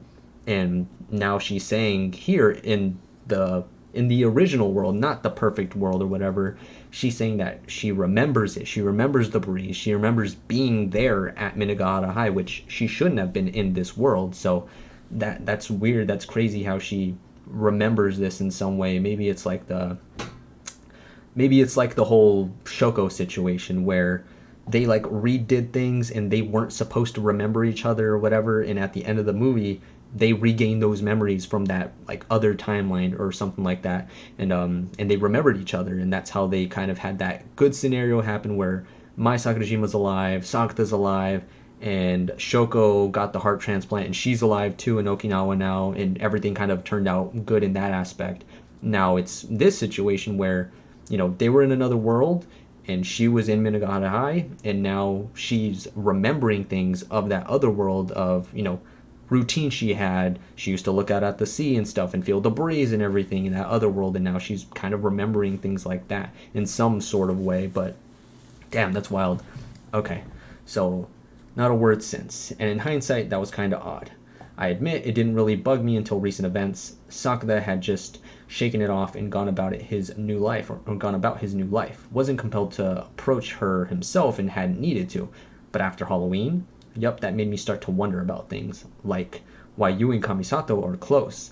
Two people he knew had connected when he wasn't looking. Was that just a coincidence? That Ikumi and Saki pairing sure felt like more than that to him. They were a bit too tight to have first met in college. We were in the same class in high school the last 2 years. That was the other world. Wait, hold on. Okay. We were in the same class in high school the last 2 years. That was in the other world. In this one, Ikumi had never gone to Minagahara High. They'd never once shared a class. So she does remember everything from the other world. So she was in Saki's class in the other world for the past 2 years or whatever. Dang. So when we first bumped into each other, I called her Saki, and she looked weirded out. My first big blunder since arriving here. I managed to play it off as mistaking her for a friend, and we did end up talking more. A smile passed across her lips. Then there's the boyfriend thing. I didn't think it was real, but he exists. Wait, what? Hold on. Then there's the boyfriend thing. I didn't think that was real, but he exists. This Saki was all Ikumi. Yeah. Sorry, I'm trying to figure out all of what she's talking about. Now with the boyfriend thing, I'm trying to think of if the boyfriend thing happened in the other world in some sort of way, or maybe it didn't, or maybe that's what the poltergeist thing was or whatever. Maybe it was the dude in the other world or something like that, but I don't freaking know. This is all this is a lot of stuff, and I'm trying to wrap my head around a lot of the things that are going on. I'm losing my mind now, not because I'm totally confused, but I'm just freaking out. Damn, this is crazy that this is happening. Okay, so then there's the boyfriend thing. I didn't think that was real, but he exists. Oh, maybe that's Sakata saying that. So this Saki was all. Ikumi, you have got to get at least one boy in your life. The way she acted around guys did not seem like someone who had dating experience. At the very least, she didn't seem like someone who'd lived with a boyfriend and looked after him. And there's the poltergeist, Sakata said. Most people would freak out after running into the supernatural, but Ikumi had taken it in stride and had seemed remotely scared, or seemed to have not been remotely scared. But she knew for a fact it was harmless. That's sensory feedback from the Akagi who went to the other world. What? All those sensations were supposed to be in this world. That's why they manifested themselves here. Through the conduit of her body, Ryo had backed up that notion up. and the writing on her arm is from the other Akagi. That also explained how Ikumi was acting. It came from her, another Ikumi who hailed from a different potential world. That's why she was fine with it. That's why she had laughed it off. It was all her. Wait, that's so weird, because some of the stuff that was happening to her was like, wasn't it like touching her in like weird places and stuff? So that's kind of freaky. If it's her from the other world, doing that, I don't know, like pulling her hair up and like twisting it and doing all kinds of crazy stuff like that. Like, I don't know, that's kind of trippy. That's kind of weird that it was her doing that. It makes sense of the messages that were popping up on her now or whatever, saying like, are you okay, or something like that, or like, sorry about the wrist sprain in some sort of fashion, or like, be careful around him or something like that, because it's the old or the other world Ikumi telling this world's Ikumi, that kind of stuff. Yeah, it says all those sensations were supposed to be in this world. Damn. Okay, that's why they manifested themselves here through the conduit of her body. Okay, that's why they manifested themselves here through the conduit of her body. So it says that all those things were supposed to happen in this world. Okay, so, and the writing on your arm is from the other Akagi. That also explained how Ikumi was acting. Okay, so that's why she laughed it off. It was all her. She wasn't shaking her head. Instead, she asked, this is all pure conjecture. The clincher was finding the graduation album, the final answer she was searching for. With this, everything added up. You said you threw it out, and I did. But the movers found it and slipped it to my dad behind my back. Keeping the fact from Sakata was just grown-ups being considerate. If he'd known, he would have definitely would have thrown it out again. Wish they hadn't. She would. Being nice to one person might not be nice to the other person. This had helped Sakata, but was actively causing trouble for her. You mentioned what I wrote in my essay, right? You want to reach a place of kindness. She threw the words up to the sky above. But I didn't write that. At the time, he still hadn't fully recovered the memories of Shoko. He had dreams about a strange high school girl, but that was it. Dreams he could barely even remember. The other Sakata had likely remembered both Shoko and Makinohara sooner, while still in junior high, and that's why he'd left their message behind in his graduation essay. He probably solved Kaide's problems faster too. I'm not as good at that stuff as the other Sakata. That earned him a smile. It was also acknowledgement that he was right. So it seems like that was all because of the other... Wait, hold on. So the other Sakata had likely remembered. So that's what she meant that...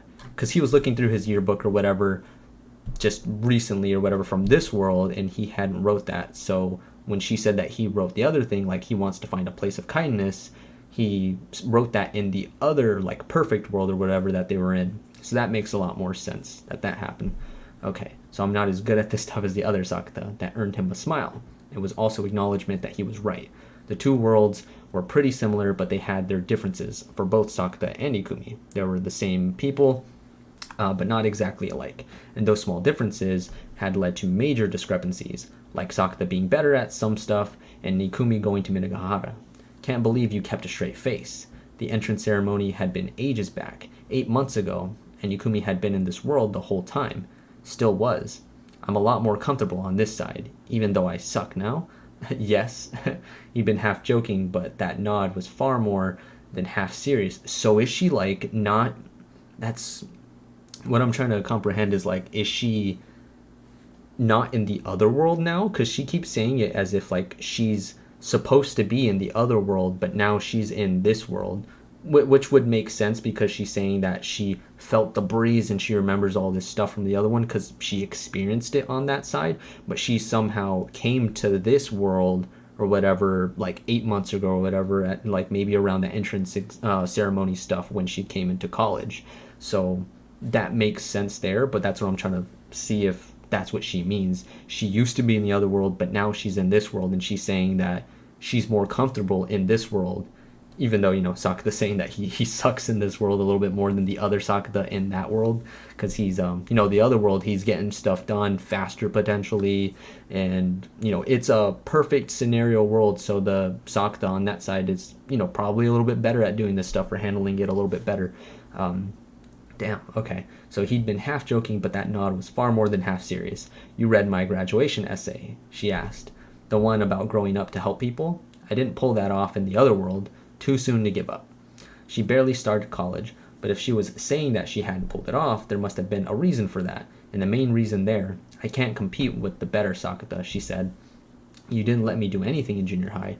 Then, when the bullies came for your sister, you handled it all yourself. In that world, at least. High school didn't slow you down. You saved Sakurajima, Koga, Futaba, all the problems I wanted to help with. You fixed them all alone. Asasagawa, you were what I wanted to be.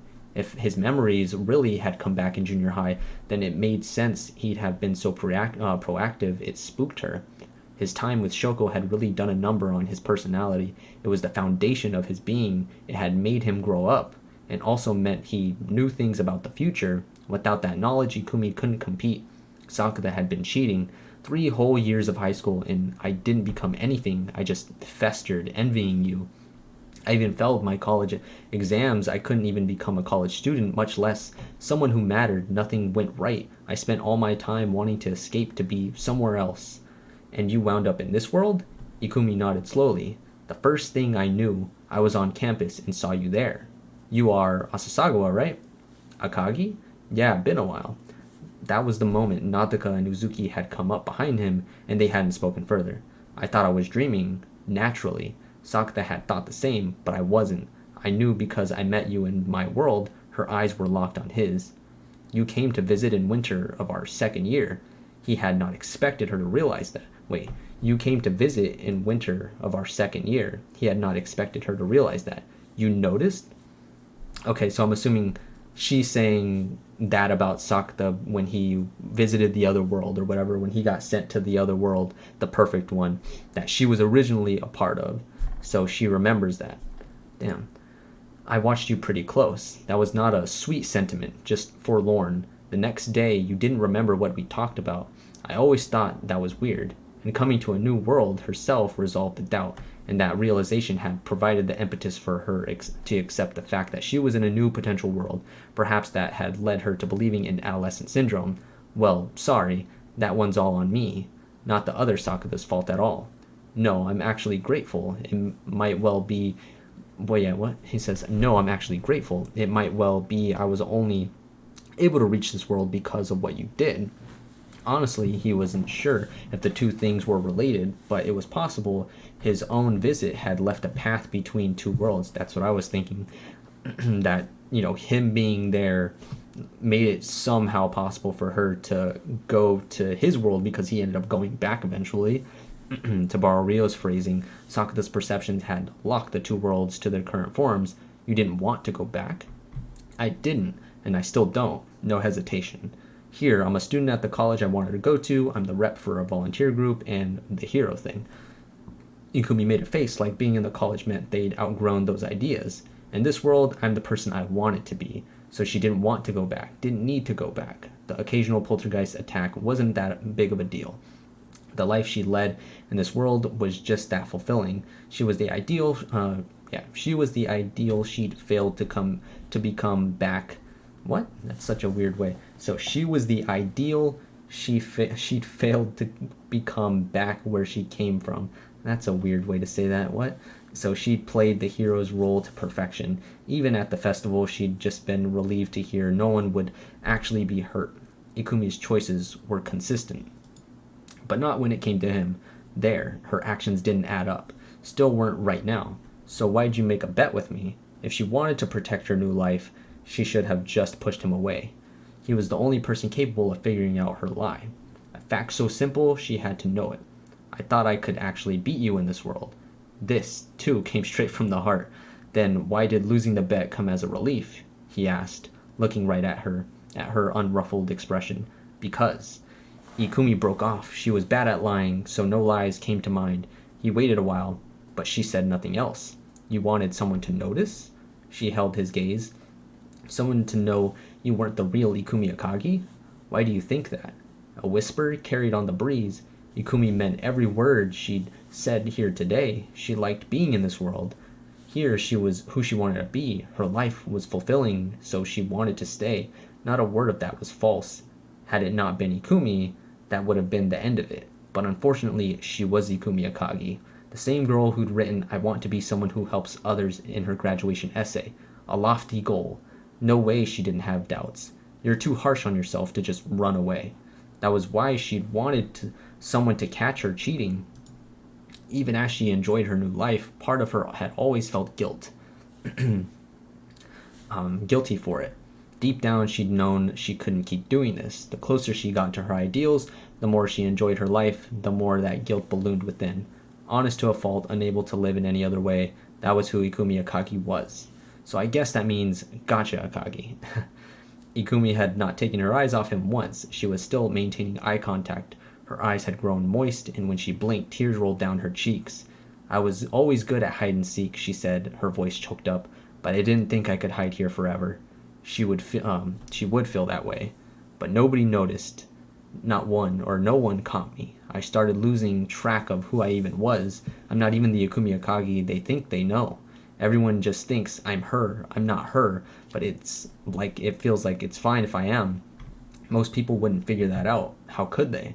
They might think something seemed off or ask what was wrong, but it wouldn't provoke anything beyond an initial sense of concern. How would anyone guess you were actually from or from a different potential world? If peaceful college life were interrupted by accusations like that, everyone would think the accuser of a total weirdo.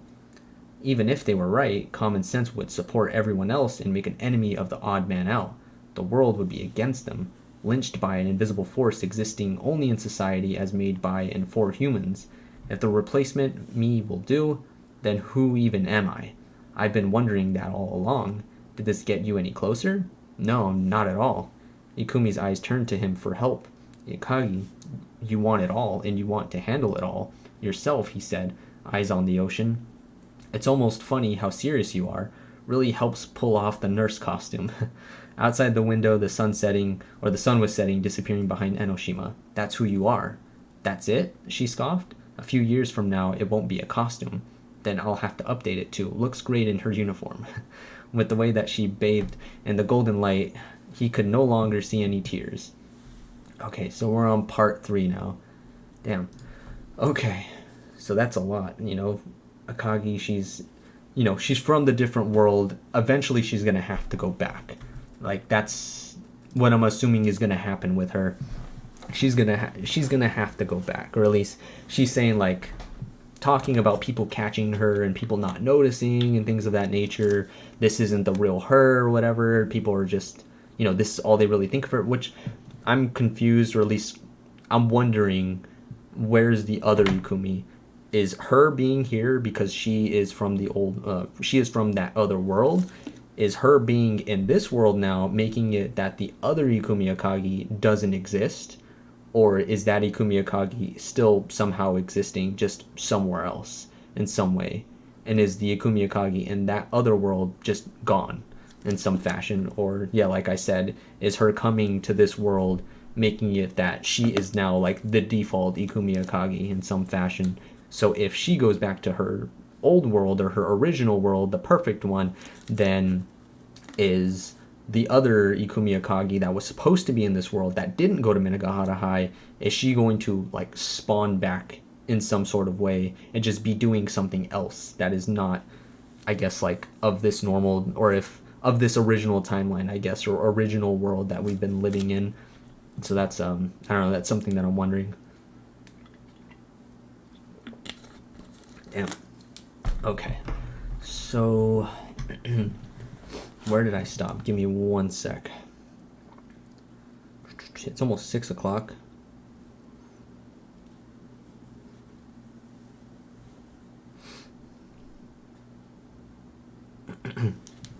Okay. So where are we? Where did I leave off? I can't even remember where I left. So that was who Ikumi Akagi was. She would feel that way, but nobody noticed. Nakami, I started losing track of who I am. Okay. So most people wouldn't figure that out. The replacement will do. So it says it's made by and for humans. So it says, if peaceful college life were interrupted by accusations like that, everyone would think the accuser was a total weirdo, even if they were right. Common sense would support everyone else and make an enemy of the odd man out. The world would be against them, lynched by an invisible force existing only in society as made by and for humans. If the replacement me will do, then who even am I? I've been wondering that all along. Did this get you any closer? No, not at all. Ikumi's eyes turned to him for help. Akagi, you want it all, and you want to handle it all yourself, he said. Okay, yeah, so I'm right here on 3, so I don't even need to read the rest of this. Okay, so part 3, we're 86% of the way through, almost done.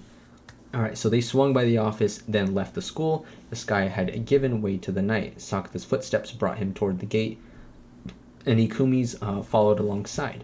We walked like this that day, she said, facing forward. She must have been talking about the day he'd spent in her world. His first time meeting this Ikumi. Do you remember what we talked about? You yelled at me for not turning in the class log. I was helping. Not yelling, she laughed. It was reasonably intimidating. Still, I'm surprised you remembered me. Meeting you then is why I remembered. Like, oh yeah, she was in my 3rd year class. That was how fuzzy his memories of her had been. He'd only formed a clear picture of who Ikumi Akagi was in that other world. If he hadn't met Ikumi there, even if she'd called out to him that first day here, he'd never have dug up her name. He'd have had to go, who are you again? So I guess you made an impact on me. Ikumi said nothing else, like she had that day. She just walked quietly next to him, but they had said things then, enough that she would have asked about. Or would have asked about it. What did you almost say to me? Asasagawa. She called his name, looking tense. Her eyes turned his way for a moment, like she'd steeled her nerves. Seems like you've forgotten what I said next. You just said, never mind. Weird to remember her deciding not to say anything, or say a thing. Did you say the rest to the other me later? If I had finished that line then, would you have done, or what would you have done? Ikumi seemed a little unsure of herself. I'd have been pretty chuffed. Even with your amazing girlfriend? Wait, hold on. So she's insinuating, it seems like they're insinuating that she actually did like him. So it says, did you say the rest to the other me? If I had finished the line, then what would you have done? Ikumi seemed a little unsure of herself. I'd have been pretty chuffed. Even with your amazing girlfriend? I ain't popular enough to get sick of confessions. You just can't answer a question straight, can you? Like you do. She laughed. They were both deflecting. Most of their conversations were like that. Is there a point in asking someone out when you know the answer? Ikumi asked. A while back, I had someone I lost track of without saying my piece. I went after them but couldn't find them anywhere, and I wished I'd said it while I still could. So you think I should? That's just how it worked for me. He couldn't say what was best for her. All he could say was how he'd felt about it when it was his turn. Well, I'll bear that in mind, she said after a long, thoughtful silence. That was a very Ikumi response. If the other Sakata's better, you can say whatever. He'd probably handle it well. Say what you feel. Love, hate, frustration, I'm sick of your goddamn face. You know, whatever. Should I tell him this was your idea? Go right ahead. He'd never meet the other Sakata. They were unable to coexist on a quantum level. Ryo had explained that principle once. Okay, so that kind of explains the whole thing that I was thinking about of with this Ikumi coming to this world, did the other Ikumi, or was she existing in some fashion in somewhere else in this current world, the one that existed in this one already? But since she was here now, or since this one is here now, she's gone or whatever. They can't coexist. Okay, so they left the gates behind and moved to the railroad crossing as if it had been waiting for them. The bell started ringing, warning of the next train's approach. He could see a train slowly rounding the curve from Kamakura, bound for Fujisawa Station. If he was headed home, he'd want to catch that train or be stuck waiting more than 10 minutes. His high school years had ingrained that habit, and he started walking fast. He made it across the tracks before the gates dropped. Oh, okay, so this is the picture that I was talking about before, that I saw before, where she had writing on her leg in some fashion like that right here. Okay, so that's Ikumi. But Ikumi was no longer with him. He turned back and found her standing on the far side of the crossing, only 5 or 6 yards away. A few steps, but the path was already blocked. This is goodbye, she said, yelling over the bells. You're sure? He said, calling back. I feel ready. Her smile was genuine, like she'd accomplished something, a much brighter expression than anything he'd seen in the classroom. Sakata wasn't sure what that meant, or what the word ready implied. What? But before he could ask, message from the other me, Ikumi said, bending down. She grabbed the left cuff of her wide leg pants and pulled it way up, revealing her entire leg, the pale skin of her thigh, something written on it in black marker, waiting at the reunion. Oh, okay.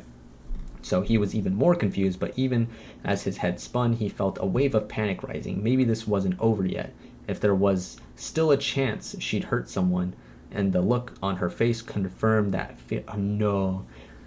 No way. Wait, hold on. Is this what I... Oh, no. Damn. So she's pretty much admitted, I guess in some fashion, that she likes Sakata. And she wanted to, like, ask him out in some sort of way. And I can't remember what it was. My Sakajima had something to play in this, and I was going to bring it up. Damn it, I forgot.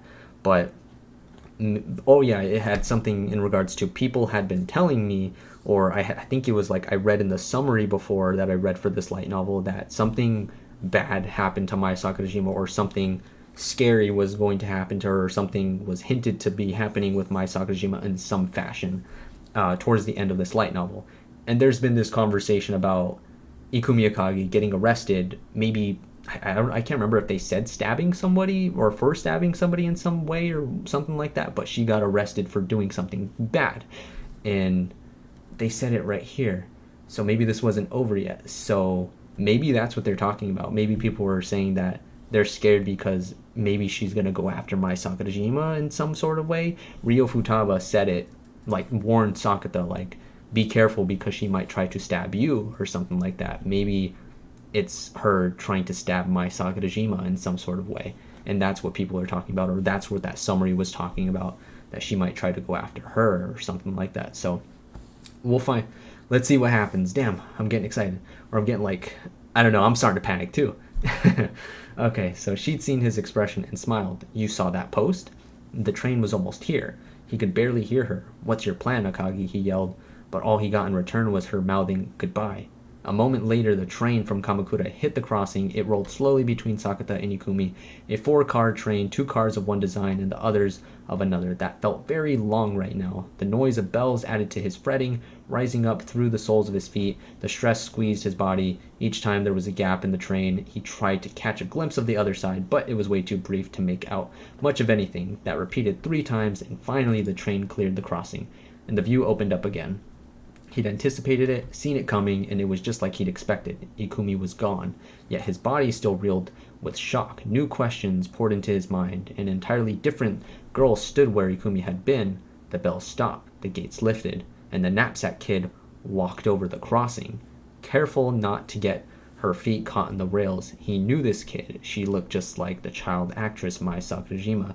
So, again, like in Volume 9... So, wait, let me hold on. So Sakata knew instinctively this was the same girl he'd met before. Okay, so the little Mai Sakurajima was kind of like a, I don't know, like, not a tool I'm trying to say or whatever, but like a gateway kind of, like she was able to take Sakata to the other world and then bring him back. She was the key to like bring him back to the original world that he was from.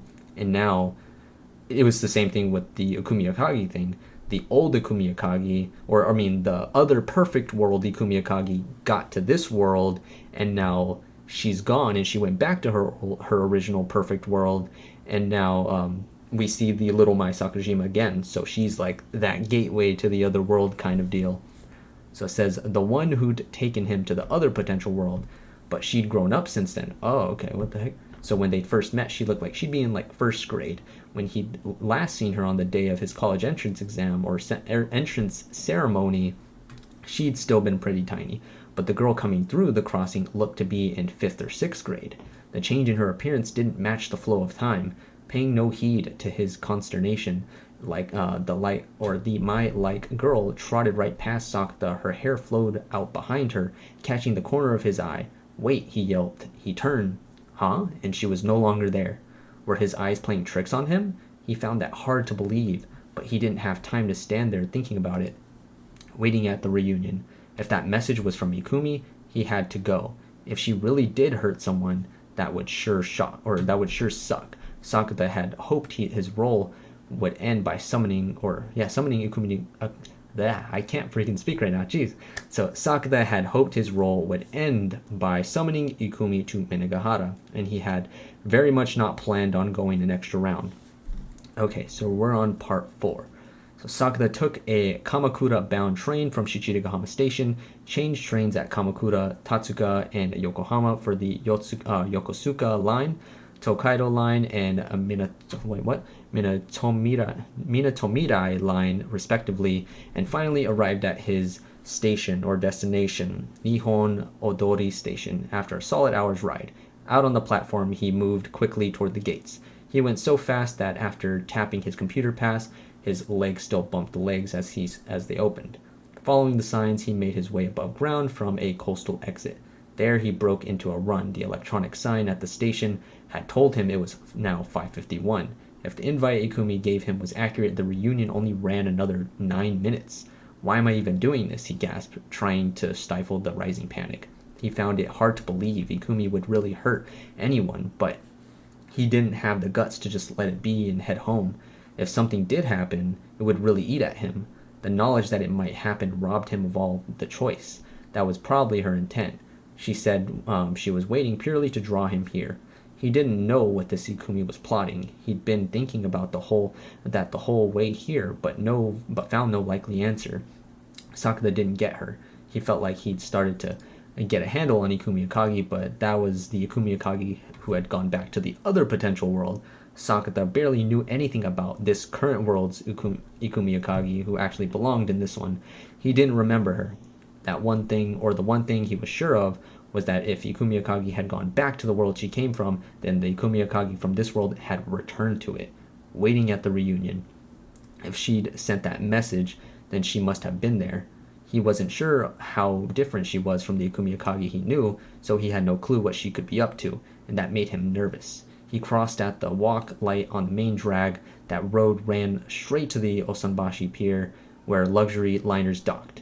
His destination was just past the intersection, a nice-looking Western building, classically styled, a very Yokohama exterior. Sakata caught his breath and opened the door. As he stepped in, a voice welcomed him. There was a little chalkboard by the register that said "Reunion Guests to the Rooftop Terrace." It was set up on a fancy easel. Sakata turned toward the stairs, but the clerk said, "That's reserved today." Sakata took out his invite and showed it to them. "Oh, go on up." He was waved to the stairs. The clock here showed 5:55. The reunion party would wrap up in another 5. No one would expect an invitee to drop in at the last minute like this. Second floor, third floor, taking his time so he could keep up his breath. Only the flight to the roof itself remained, one step at a time, and he could hear the crowd ahead. Voices and laughter came drifting down. Sensing that through the door, he turned the knob and stepped over the threshold. Okay. The view opened up. The restaurant stood on the shore, and the roof offered a sweeping vista. Right ahead lay the glittering lights of the liners at Osanbashi. To the left was the red brick warehouse, all lit up. To the right were the lights of the Bay Bridge. The rectangular terrace contained maybe 25 people, about 2/3 of his old class.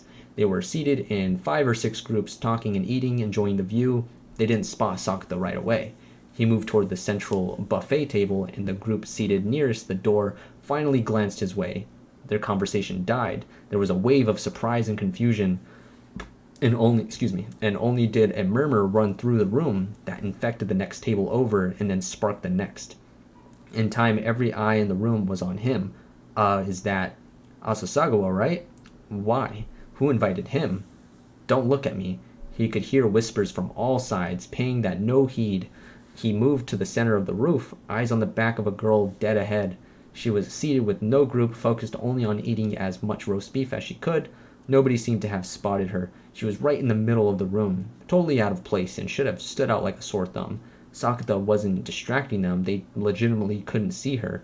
All eyes were still on... Wait, hold on. What? So he says... Yeah, so it says Sakata wasn't distracting them. They legitimately couldn't see her. Is that Ikumi Akagi or is that Toko Kirishima? So all eyes were still on him. Some boys nearby were exchanging glances, pushing each other to be the first to speak, but Sakata moved right up behind her. Akagi, he said. Okay, so it is Ikumi Akagi, he said, putting his hand on her shoulder. A ripple ran through the room. His old classmates' jaws dropped. No one managed words. Huh? Har? It was all just shock noises and gasps. Their eyes turned from Sakata to Ikumi. It must have looked like Ikumi appeared out of empty space, unable to believe the evidence of their own eyes. They started going, "What was that? Was Ikumi here? Since when?" Everyone was looking around for answers. "I've been here for over an hour, since before Fujino arrived late and went around tapping glasses with everyone. I was here when Tanimura knocked his glass over and it broke, and when Nakai asked Ayusawa out the whole time. No one said a word. Ikumi was describing real events, and that proved it. Everyone was turning pale. A wave of panic ran through the reunion venue. Sakata's gaze was on Ikumi's hands. She was holding a knife in her right and a fork in her left. She had been using them to devour the roast beef, but she was still holding on to them, and they could certainly be used as weapons. Still clutching both, she turned to face him. "It's been a while, Asasagawa." Her face and voice were both unmistakably Ikumi, but Sakata could tell he didn't know this Ikumi. Her entire being was different. When he'd grasped her shoulder, she didn't tense up at all. His touch wasn't enough to startle her. "You remember me?" she asked. Even the way that she talked wasn't quite like the Ikumi he knew. The Ikumi Akagi hadn't gone around testing people, didn't have it in her. "Totally forgot you," he said. He'd remembered the Ikumi he met in the other world, who'd then come here from that world, but he had almost no memories of what she'd been like in junior high.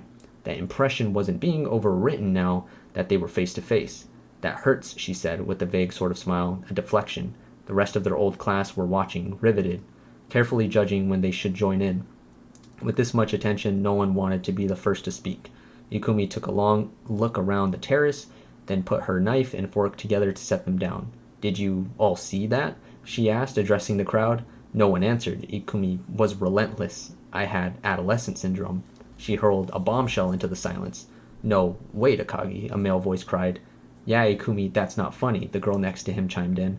Their words denied it, but they looked very tense. They just witnessed something unquestionably supernatural and couldn't quite refute that yet. But he imagined this was Ikumi's goal. Once you experienced it, you had to believe it. There was no choice but to accept it was adolescent syndrome. "Think it was a trick?" she asked flatly. "Then explain it." Her gaze swept the room, searching for a volunteer. Not one person attempted a response. The room was now against it. Adolescent syndrome exists. This is a fact. With the roof this quiet, Ikumi didn't even need to raise her voice. Asasagawa wasn't wrong. We were. Their old classmates met this claim with silence, but this one didn't last that long. "It's a bit late to drag that up, Ikumi," the same girl said. She had a cluster of 4 or 5 girls around her, all dressed similarly. She was clearly the group's leader. "Adolescent syndrome. How old do you think we are?" This was an accusation now. If their birthday had come already, they'd be 19. Everyone else's was still 18, but no one bothered putting that into words. "I'm done." That fuss Asasagawa kicked up left the teachers breathing down our necks and made our parents all lecture us, and even once we escaped to high school, this crap gets brought up every time we meet anyone from our old school, like we're the bad guys. The longer she talked, the more her frustration spilled out. And Sakata could feel those emotions pulling the rest of the class along. "Like, I was really worried about coming here. I never talked to any of you after graduation." Wait, so hold on. So the longer she talked, the more of her frustration spilled out, and Sakata could feel those emotions pulling the rest of the class along. "Like, I was really worried about coming here. I never talked to any of you after graduation." The girls around her were all nodding. The gazes of their other classmates all showed signs of agreement. To them, this was the truth. That was how they'd all viewed the conflict at the time. Sakata had ruined everything that had followed them into high school. "But I was glad I came, until like a minute ago." Lots of nods to that. "I thought our 3rd year was absolutely shit, but there were good times too." Talking to everyone helped remind me of that. She was now speaking for all Class 3-1, and Ikumi was just taking that head on, letting all the baleful glares fall on her. "So don't go blowing that again, especially with that adolescent syndrome bullshit." The anger exploded. "Yeah, Ikumi, what's the point?" The other girl or the girls around her were chiming in now, but Ikumi's expression never wavered. "Rina, if you were so worried, why'd you come?" she asked, finally breaking her silence. She was addressing the girl group's leader. Rina must have been her name. Even that didn't help Sakata recall her family name. Maybe he'd never learned it. In that case, how could he remember? Rina had no answer to Ikumi's questions. If you were all worried, why come at all? Ikumi turned the question to the crowd. Safe to assume Ikumi knew exactly why, which was why she was asking. It was a mean question. Sakata knew the answer himself. I had a dream about the reunion, someone said. No one else spoke. You wrote one too, Rina? Or you wrote one too, Rina, with the dreaming hashtag. Rina pursed her lips, stubbornly silent. You all did. Still, no one spoke. They couldn't admit that now, about after rejecting the idea of adolescent syndrome, both here and back in junior high. Admitting it would prove their own actions weren't consistent. It would undermine the foundation of their argument. It meant admitting they were wrong and accepting their guilt. That was why they dug and chose this stifling silence.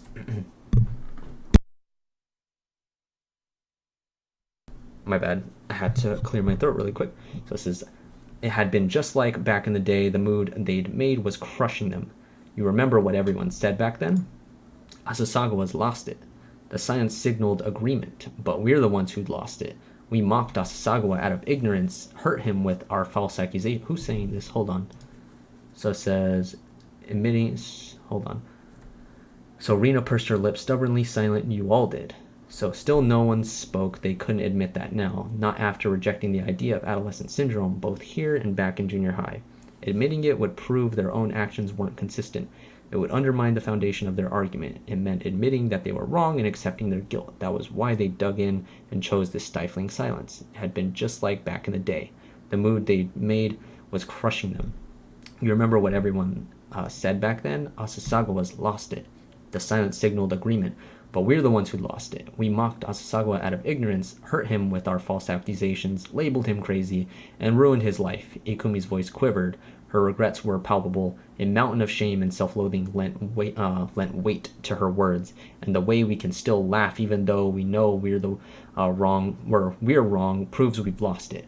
Their classmates' faces were a sea of blank stares or blank slates, like her words had paralyzed them. They were that devastating, a dangerous allure stemming from how right she was. But even so, it's a bit late. A boy with hair dyed brown spoke up. Every single person here likely felt the same way, but no one dared agree with him. No one even showed signs of doing so. They decided that wasn't a wave to ride. Rina's right, Ikumi said, ignoring him too. Her eyes were on the floor. Because of that whole mess, not much went right for me. Ikumi?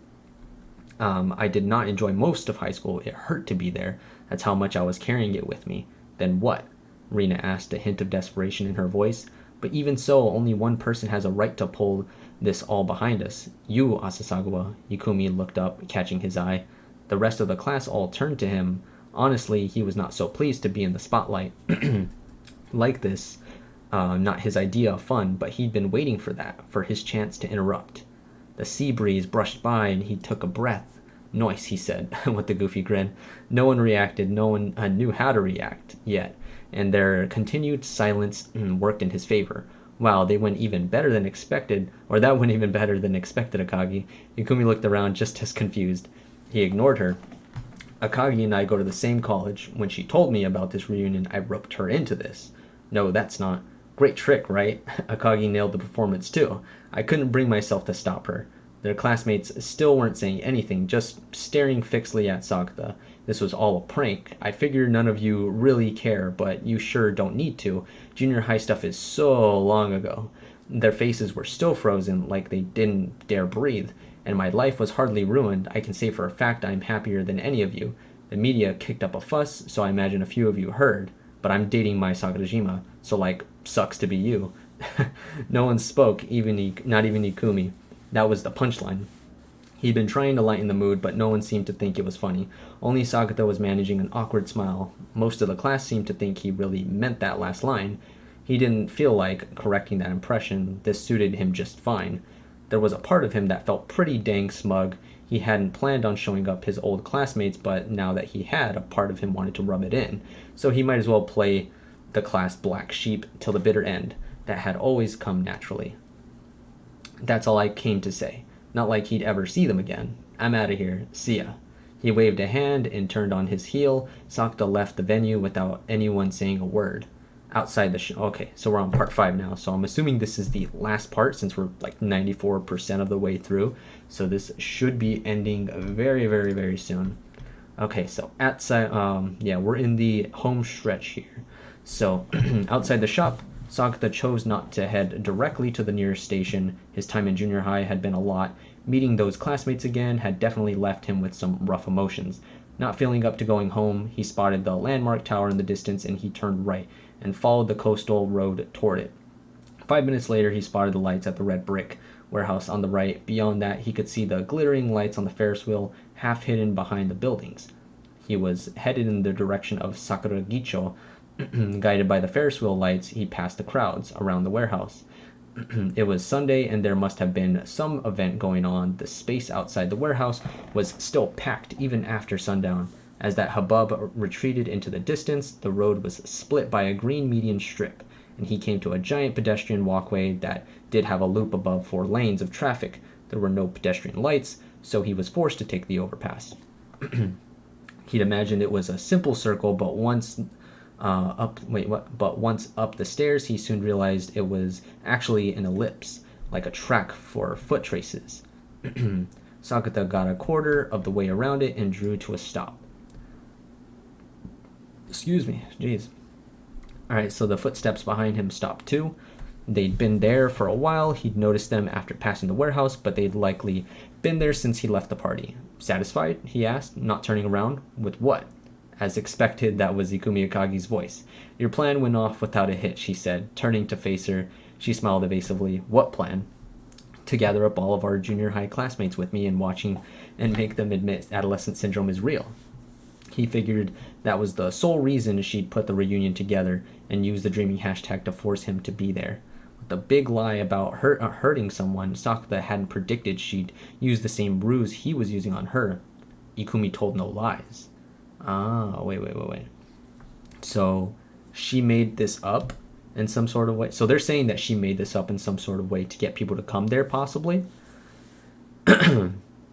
Or I don't know, but it says Ikumi told no lies, so that's where I'm like, I don't know, or maybe they're saying it in the way of I don't know, she tells no lies, so let's go, or I don't know, in some sort of way, but that's weird. I feel like he's thinking that it's over and that her hurting someone is not gonna happen, just for it to end up happening. So he'd assumed that, or maybe she just tricked him into thinking that. You caught me. Okay, so that's what I was thinking. You caught me, Ikumi muttered, playing along, then she winced. But honestly, it doesn't feel great. You dragged me and our old class into this scheme, you ought to get something out of it. Otherwise, they were all losers here. Yeah, if all I did was lose some friends, it's hard to laugh about. He'd mostly been joking, but her smile was drooping pretty hard. How long have you been planning this? Since I got adolescent syndrome. Figured it was the right thing to do. That was a very Ikumi phrase. The word right felt like it belonged on her lips. Clearly that was true for this world's Ikumi too.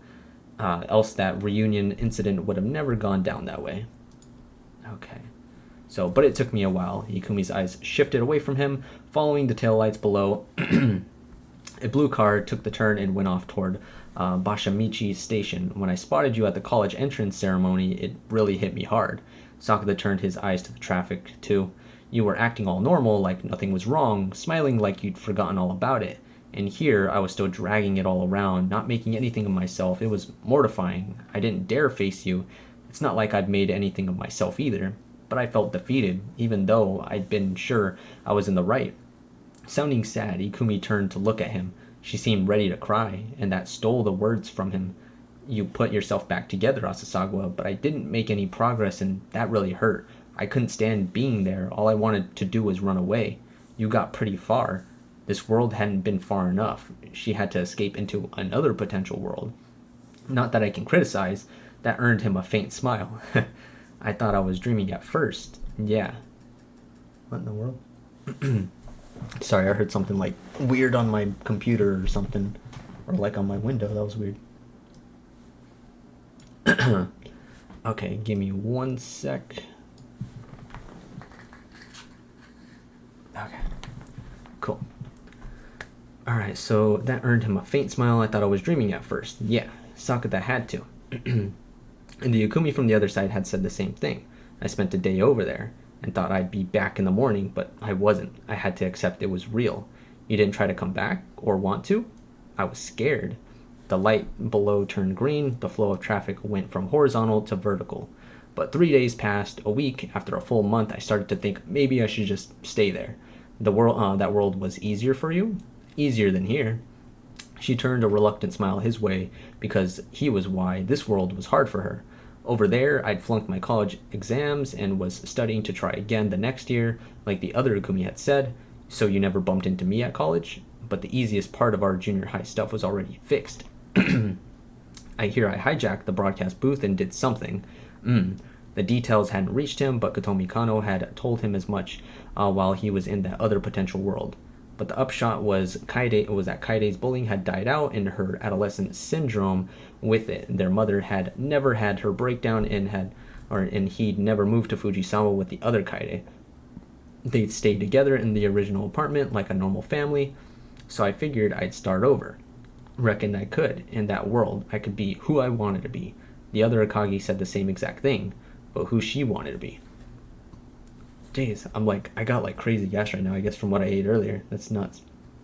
I'm surprised it's like that. Usually doesn't do that to me. Okay, so be who she wanted to be, or who she was trying to be. Both Ikumis were after the same thing. Diligent, righteous, never lying to themselves. That's why Ikumi was here, why she'd come back. Ikumi Akagi was too harsh on herself to keep running. This was how she punished herself for sins of the past. Asasagawa. What? How do I forget that I hate myself for doing nothing? This was likely the last thing on earth she wanted to ask him. Ask the person who she felt had defeated her. But she asked anyway. She was trying to start her clock again, the clock that had just stopped back in junior high. Her eyes were filling with tears, her desperation all too evident. Simple? Really? Or simple. Really? Eat breakfast, go to school, sit in class, shoot the shit with your friends, spend time with someone you love, go to work, take a bath, brush your teeth, and go to bed. You might have some nights where you remember the bad stuff and you're up all night and you can't breathe and you're tossing and turning and fall asleep somewhere along the way and wake up feeling like ass, but you eat breakfast and go to school anyway. Sure, it would feel nice, or it would be nice if you could flip a switch and reset all the bad memories and trauma, but people didn't work like that. They didn't come with a switch that canceled out the bad times. The only solution was to let things fade away in the flow of time. Paint things over with new memories. You'd still remember them sometimes, but even with the sleepiness or the sleepless nights, somehow you'd face the next day with a brave face. That's how things get forgotten. Getting over stuff takes time. That's how he'd become the Sakata Asasagawa he was today. His future progress would likely be just as inefficient because he'd yet to find any other way of doing things. How long do I have to keep that up? Beats me. Fair, Hikumi whispered, staring at her feet. Then I really am a sad little girl. Looks like she was airing out her feelings. Good thing you figured that out today. Not tomorrow, the next day, a week from now, or a year. If she got it today, then she could start to change. This was her beginning. I took a long road to get here. At last her head came up. Her eyes were on the walkway across the ellipse. If they went the other way around, they'd get there quicker, but if they kept going this way, they'd still get there in due time. You're right, Asasagawa. He frowned at her. I'm glad it was today, she said, smiling sheepishly. Right? Sakata returned the smile, and like that, they started walking clockwise around the ellipse, one step at a time. They all froze, especially when you brought up your famous girlfriend. Oh no. Is this what... No, hold on. Isn't that what reunions are for? Yours was extra mean. I'll thank Mai for it later. But you won't apologize to anyone. Very you. She was keeping me safe. Ikumi shot at him... Ikumi shot him a baffled look in answer. So he says, isn't that what reunions are for? Yours was extra mean. I'll thank Mai for it later. But you won't apologize to anyone. Very you. She was keeping me safe. Ikumi shot him a baffled look in answer. Sakata pulled a fashion magazine out from under his shirt. Maya was on the cover, winking. Okay, so the last chapter. Okay, I thought the other one was the last chapter, but this is the last chapter, so there's only a few pages left now. So the night after the reunion, an exhausted Sakata fell asleep and dreamed. A highly realistic dream that felt like it was actually happening. In the dream, he'd gone to work at his cram school and found Sara Himeji waiting for him. I'm starting with you today, Teach, she said, smiling. Kento was delighted she joined his class, and but Judy had not a word, not reacting at all. Very different from your usual dreamlike chaos.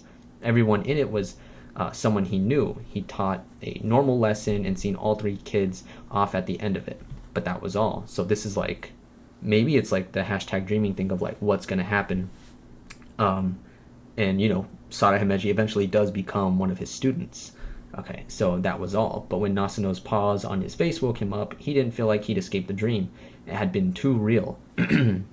He'd felt his body with him the whole time. He'd had thoughts running through his head. Sada's and Kento's voices still echoed in his ears. Was this a hashtag dreaming thing? He had to wonder. The school calendar said December 1st. Sada had talked with him about what days his classes were held. Today was Monday, November 28th. There were 30 days in November, so he'd been teaching her 3 days from now. Thursday, well, I'll find out when I get there. He certainly wouldn't know beforehand. If it was just a dream, fine. And if it did turn out to be true, he'd have an extra student. No problem there. It would bring up his wages, so frankly there was no downside. He went to college like always, yawning his way through morning classes. He was still tired from the night before. Takumi was in his class with him, grumbling, "That date wear you out?" Jealous. He was apparently envious of something that had only happened in his head. "You say that, Fukuyama, but you had your hands all over Hanako's nipples." The whole scene from the Chiba Ranch, right? Them was some beautiful teats, he said. He'd gone with the group from the mixer, Ryohei, Chiharu, and Asuka. For all his griping, Takumi seemed to be making the most of college life. At lunch, Sakata met up with Mai in the cafeteria, and for once no one interrupted. They were able to share a quiet meal together. Most of the time, Nataka or lately Miyori would join them, so this was actually fairly rare. Having a third wheel around did mean they attracted a lot less attention, though. The students were used to seeing Mai around, but when she was with Sakata, that was a whole other deal. Everyone was wondering, why him? It had been much worse when they first started here. Sakata had ordered miso katsu and Mai shiodare chicken. They finished eating and took a sip of tea. Mai? He began. Mai said, looking up without swallowing. "I got something to apologize for." She swallowed. "Cheating again?" she asked. "When have I ever done that?" "Every time you get to know another girl." A swift thrust to box him in. He'd better get to the point. "I bragged about dating Mai Sakurajima yesterday." It had been a good way to end that interaction, but using her as a status symbol was not something he liked to do. He just didn't have a better way to prove his life wasn't ruined.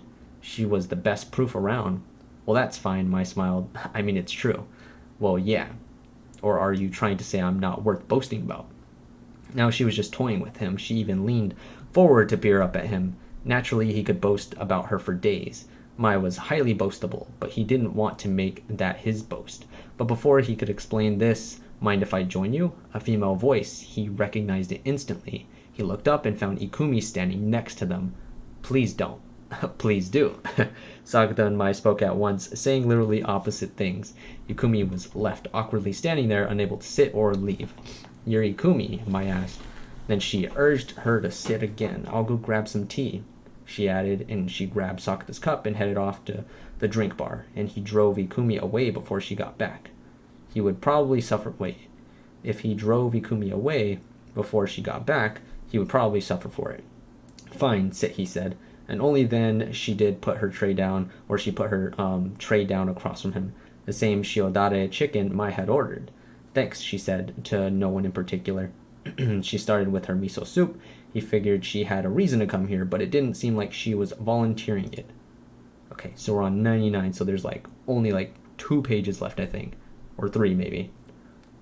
So it says, so he decided to ask the question on his mind. "Kagi, are you sure you're better off here?" "Why? Didn't you have a boyfriend back there?" "Why?" The same word, very different tone. Akagi was slightly prone to moans. That was likely the source of the poltergeist he'd witnessed, the sort of sensations men and women got up to together. Feedback from the other world flowing into this one. Ikumi said nothing, focusing on her chicken. She didn't refute it, though, so he was probably right. That could be a big shock for the other Akagi. Surprise, boyfriend. She'd not seemed experienced with those things. She'll be fine. Why? It was his turn to ask. "We broke up." Aha. That would solve things. Apparently, I'm too much. I get that. That earned him a pointed glare. Perhaps he could have lied. And who was it? Same person I was seeing here. Oh, him. Saichi Takasaka. Was it? He'd only met him once. Wasn't that sure of the name. Oh, right, you met him. The other Yukumi must have relayed that news. He wants to try again. Yukumi didn't respond. She just poker faced her way through another piece of chicken. She had some shredded cabbage too. Reactions like this were not something the other Yukumi would have managed. I know, he called me, Yukumi said softly. Clearly that was her last word on the subject. That suited him fine. Sakata wasn't inclined to pry further, so what brings you here, Akagi? She was at their table for a reason. Yukumi glanced up. Mai came back with the tea. Should I leave? She asked, catching the glance. No, this involves you. Does it? Mai raised a brow and took a seat. She gave Sakata a searching look, but he was equally clueless. Look here. Yukumi put her soup down and showed them her palm. Message from one Asasagawa to the other. Nice handwriting. Definitely Ikumi's. Or Ikumi's Akagi's, right? Or Ikumi's. Akagi, is this? For a moment, he thought the other Ikumi was back. Don't holler. I'm the one born in this world.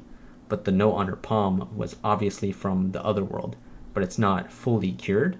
Like you said, just gotta get over it one day at a time. He had nothing more to say about that. If Yukumi was good with it, then things likely wouldn't take a turn for the worse. He just had to hope. So what's the message? Mai asked. Yukumi pulled her hand away. Then she put her chopsticks down and showed them her other palm, the rest of the message. The handwriting was sloppy, very male. Find Toko Kirishima. Mai's in danger. Oh no. This time it was in Sakata's own handwriting. Oh, damn. So it wasn't like a whole situation with, like, Ikumi Akagi going, like, freaking yandere crazy or whatever and going after Mai Sakurajima, thank God. I was like, I don't think she would do that, right? But if she had a crush on him, maybe she'd go psycho mode or whatever and do something. But again, she's not that type of person. We could see that now. Thank goodness. But now it's a Toko Kirishima issue. So Mai Sakurajima's in danger. Find Toko Kirishima. So I don't know if that's implying that Toko Kirishima is the reason why Mai Sakurajima's in danger, if she's trying to do something to Mai Sakurajima, or whatever it might be. But definitely like a sketchy, dangerous situation or whatever, because Toko Kirishima, we can see she's super powerful she's super powerful. I don't know if like she has powers to like do something other than adolescent syndrome like. I'm assuming maybe, but I don't know, because all we've seen from her so far is that she's, able to give people adolescent syndrome sort of supernatural things to happen to them. I'm trying to think of, damn it, what was I going to say? I like lost my train of thought. But we could see that from her, in that she, can just like disappear or whatever from Sakata in an instant or whatever. Like people don't really perceive her existence. Damn. Let's see. So I'm wondering if like her powers are able to affect people even if they're not for the purpose of giving them an adolescent syndrome, or maybe it is an adolescent syndrome that's like hidden inside of Mai that she's just not really talking about in some sort of way, and she's going to give her an adolescent syndrome, but it's a very, very dangerous, like very messed up one in some sort of way, like most of these give people trauma in some sort of fashion, and maybe this one's an even worse one that can actually harm her in some sort of way. But it's in Sakata's own handwriting from the other like perfect world or whatever. So I wonder if that happened. Okay, so I'm assuming that it happened maybe in that other perfect world, and that's why he's warning this Sakata about it now, that it's going to happen in that world too in some fashion. Or maybe, I don't know, or maybe it's just a warning in general or something like that, like it's just going to happen in the world that they're currently in, and it didn't happen in that perfect world.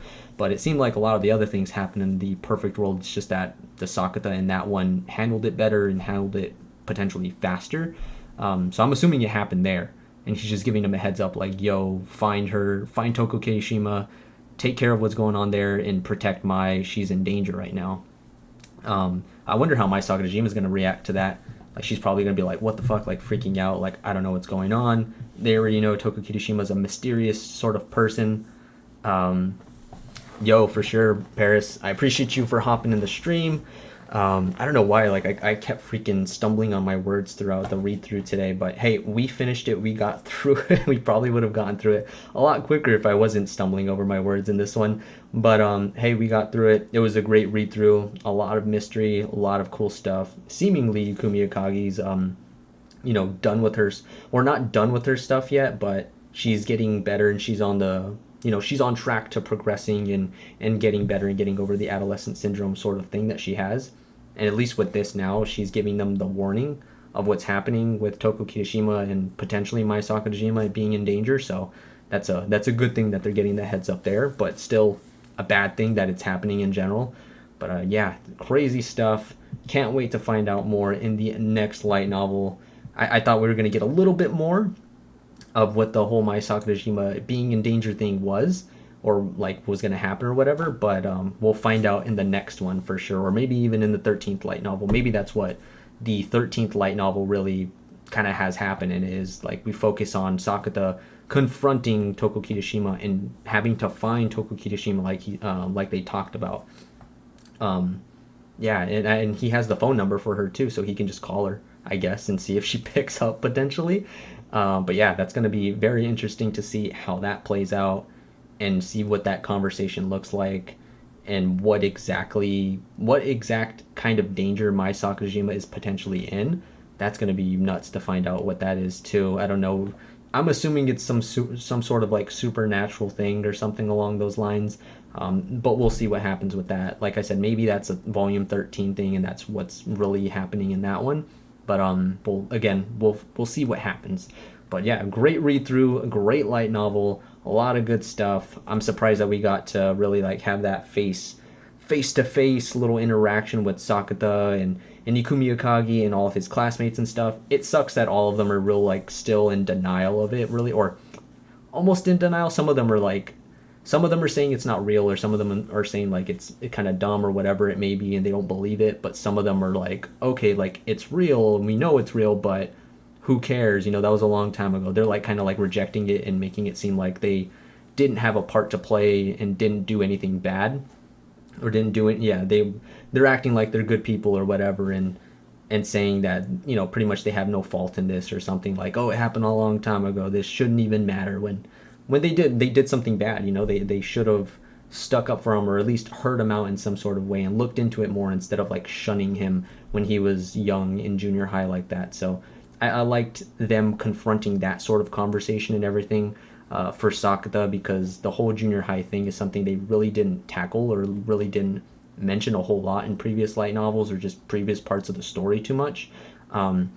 We know that it happened, but we didn't really get to see too much of it, and this happening kind of resolved it in some sort of way, I guess. I don't know, it makes it to where they at least talked about it. Some of those people still are dumb and they just think that they're in the right or whatever, and didn't really acknowledge that they did anything bad or something. But yeah, I still like that they addressed it in some fashion. Yeah, I thought that it was great so far. But let me go ahead and go to this afterward. So it says, from the author Hajime Kamoshida on December 2020, says, hope things go back to normal as soon as possible. All right, cool. So that's a very brief one. I think the other ones were a little bit longer, I guess. But yeah, it's still strong words, because I'm assuming there's going to be a lot of crazy stuff that happens. We got the Rascal Does Not Dream of His Student coming up next month on, I believe it's on November 21st. So that's going to be fun when that ends up coming out. We're going to hopefully learn a little bit more about the Toko Kirishima Mai being in danger potentially thing, more about Sada Himeji. We already got little kind of breadcrumbs of foreshadowing that Sakata is going to be having Sada Himeji be his student. And, it's obvious because the next one is Sada Himeji focused. She's on the cover, and it's Rascal Does Not Dream of His Student. So she's going to be a part of that. I want to see the dynamic that happens between Sada Himeji, Kento, Judy, all of them being the students now. Now he has one more student. That's going to be really, really cool, just to see how that whole interaction goes. What's going to be happening with Sada Himeji, because I'm assuming she still has like problems herself, and what type of adolescent syndrome she's going to be dealing with before we even get into the whole volume 13 stuff with Toko Kirishima. So that's going to be pretty crazy too.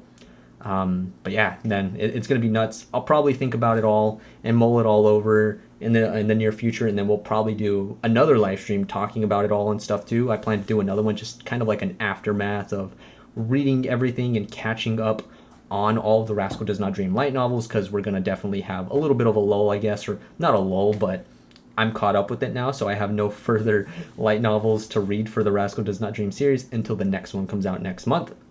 So I'll probably do another live stream pretty soon, just like I said, aftermath of it, talking about it, putting out a lot of my thoughts on what's happening with the series, what I thought about certain events, and what I'm expecting potentially, or predictions of what's going to happen in the future and everything. I know I kind of gave my thoughts a little bit here and there right now and a little bit earlier in the stream, but yeah, that's going to be fun to really talk about. Hope you guys can make it. Paris, I appreciate you for being here. I appreciate Cool Guy, you for stopping in, and Vic, and anybody else who did end up watching and jumping into the live stream. But yeah, I'm going to end it right now. I hope you all have a fantastic rest of the day. Anybody watching the VOD, anybody that tuned in live, appreciate you all. Make sure to like the stream if you guys can. I greatly appreciate it. And if you guys haven't yet, make sure to subscribe to me on YouTube as well. Make some videos. I do some live streams there. Follow me on Twitch. I do stream from time to time on Twitch as well. Been trying to stream there a little bit more, so make sure to give me a follow. I greatly appreciate that too. And also hit that notification bell as well on YouTube to get notified for whenever I do upload a video, go live, or do anything fun like that. I hope you all have a fantastic, blessed rest of the night. And I might be streaming most likely some Spider-Man gameplay a little bit later in the night if you guys want to catch that. But yeah, I will catch you all later. Hope you all have a great and blessed day. Catch you later. Bye-bye.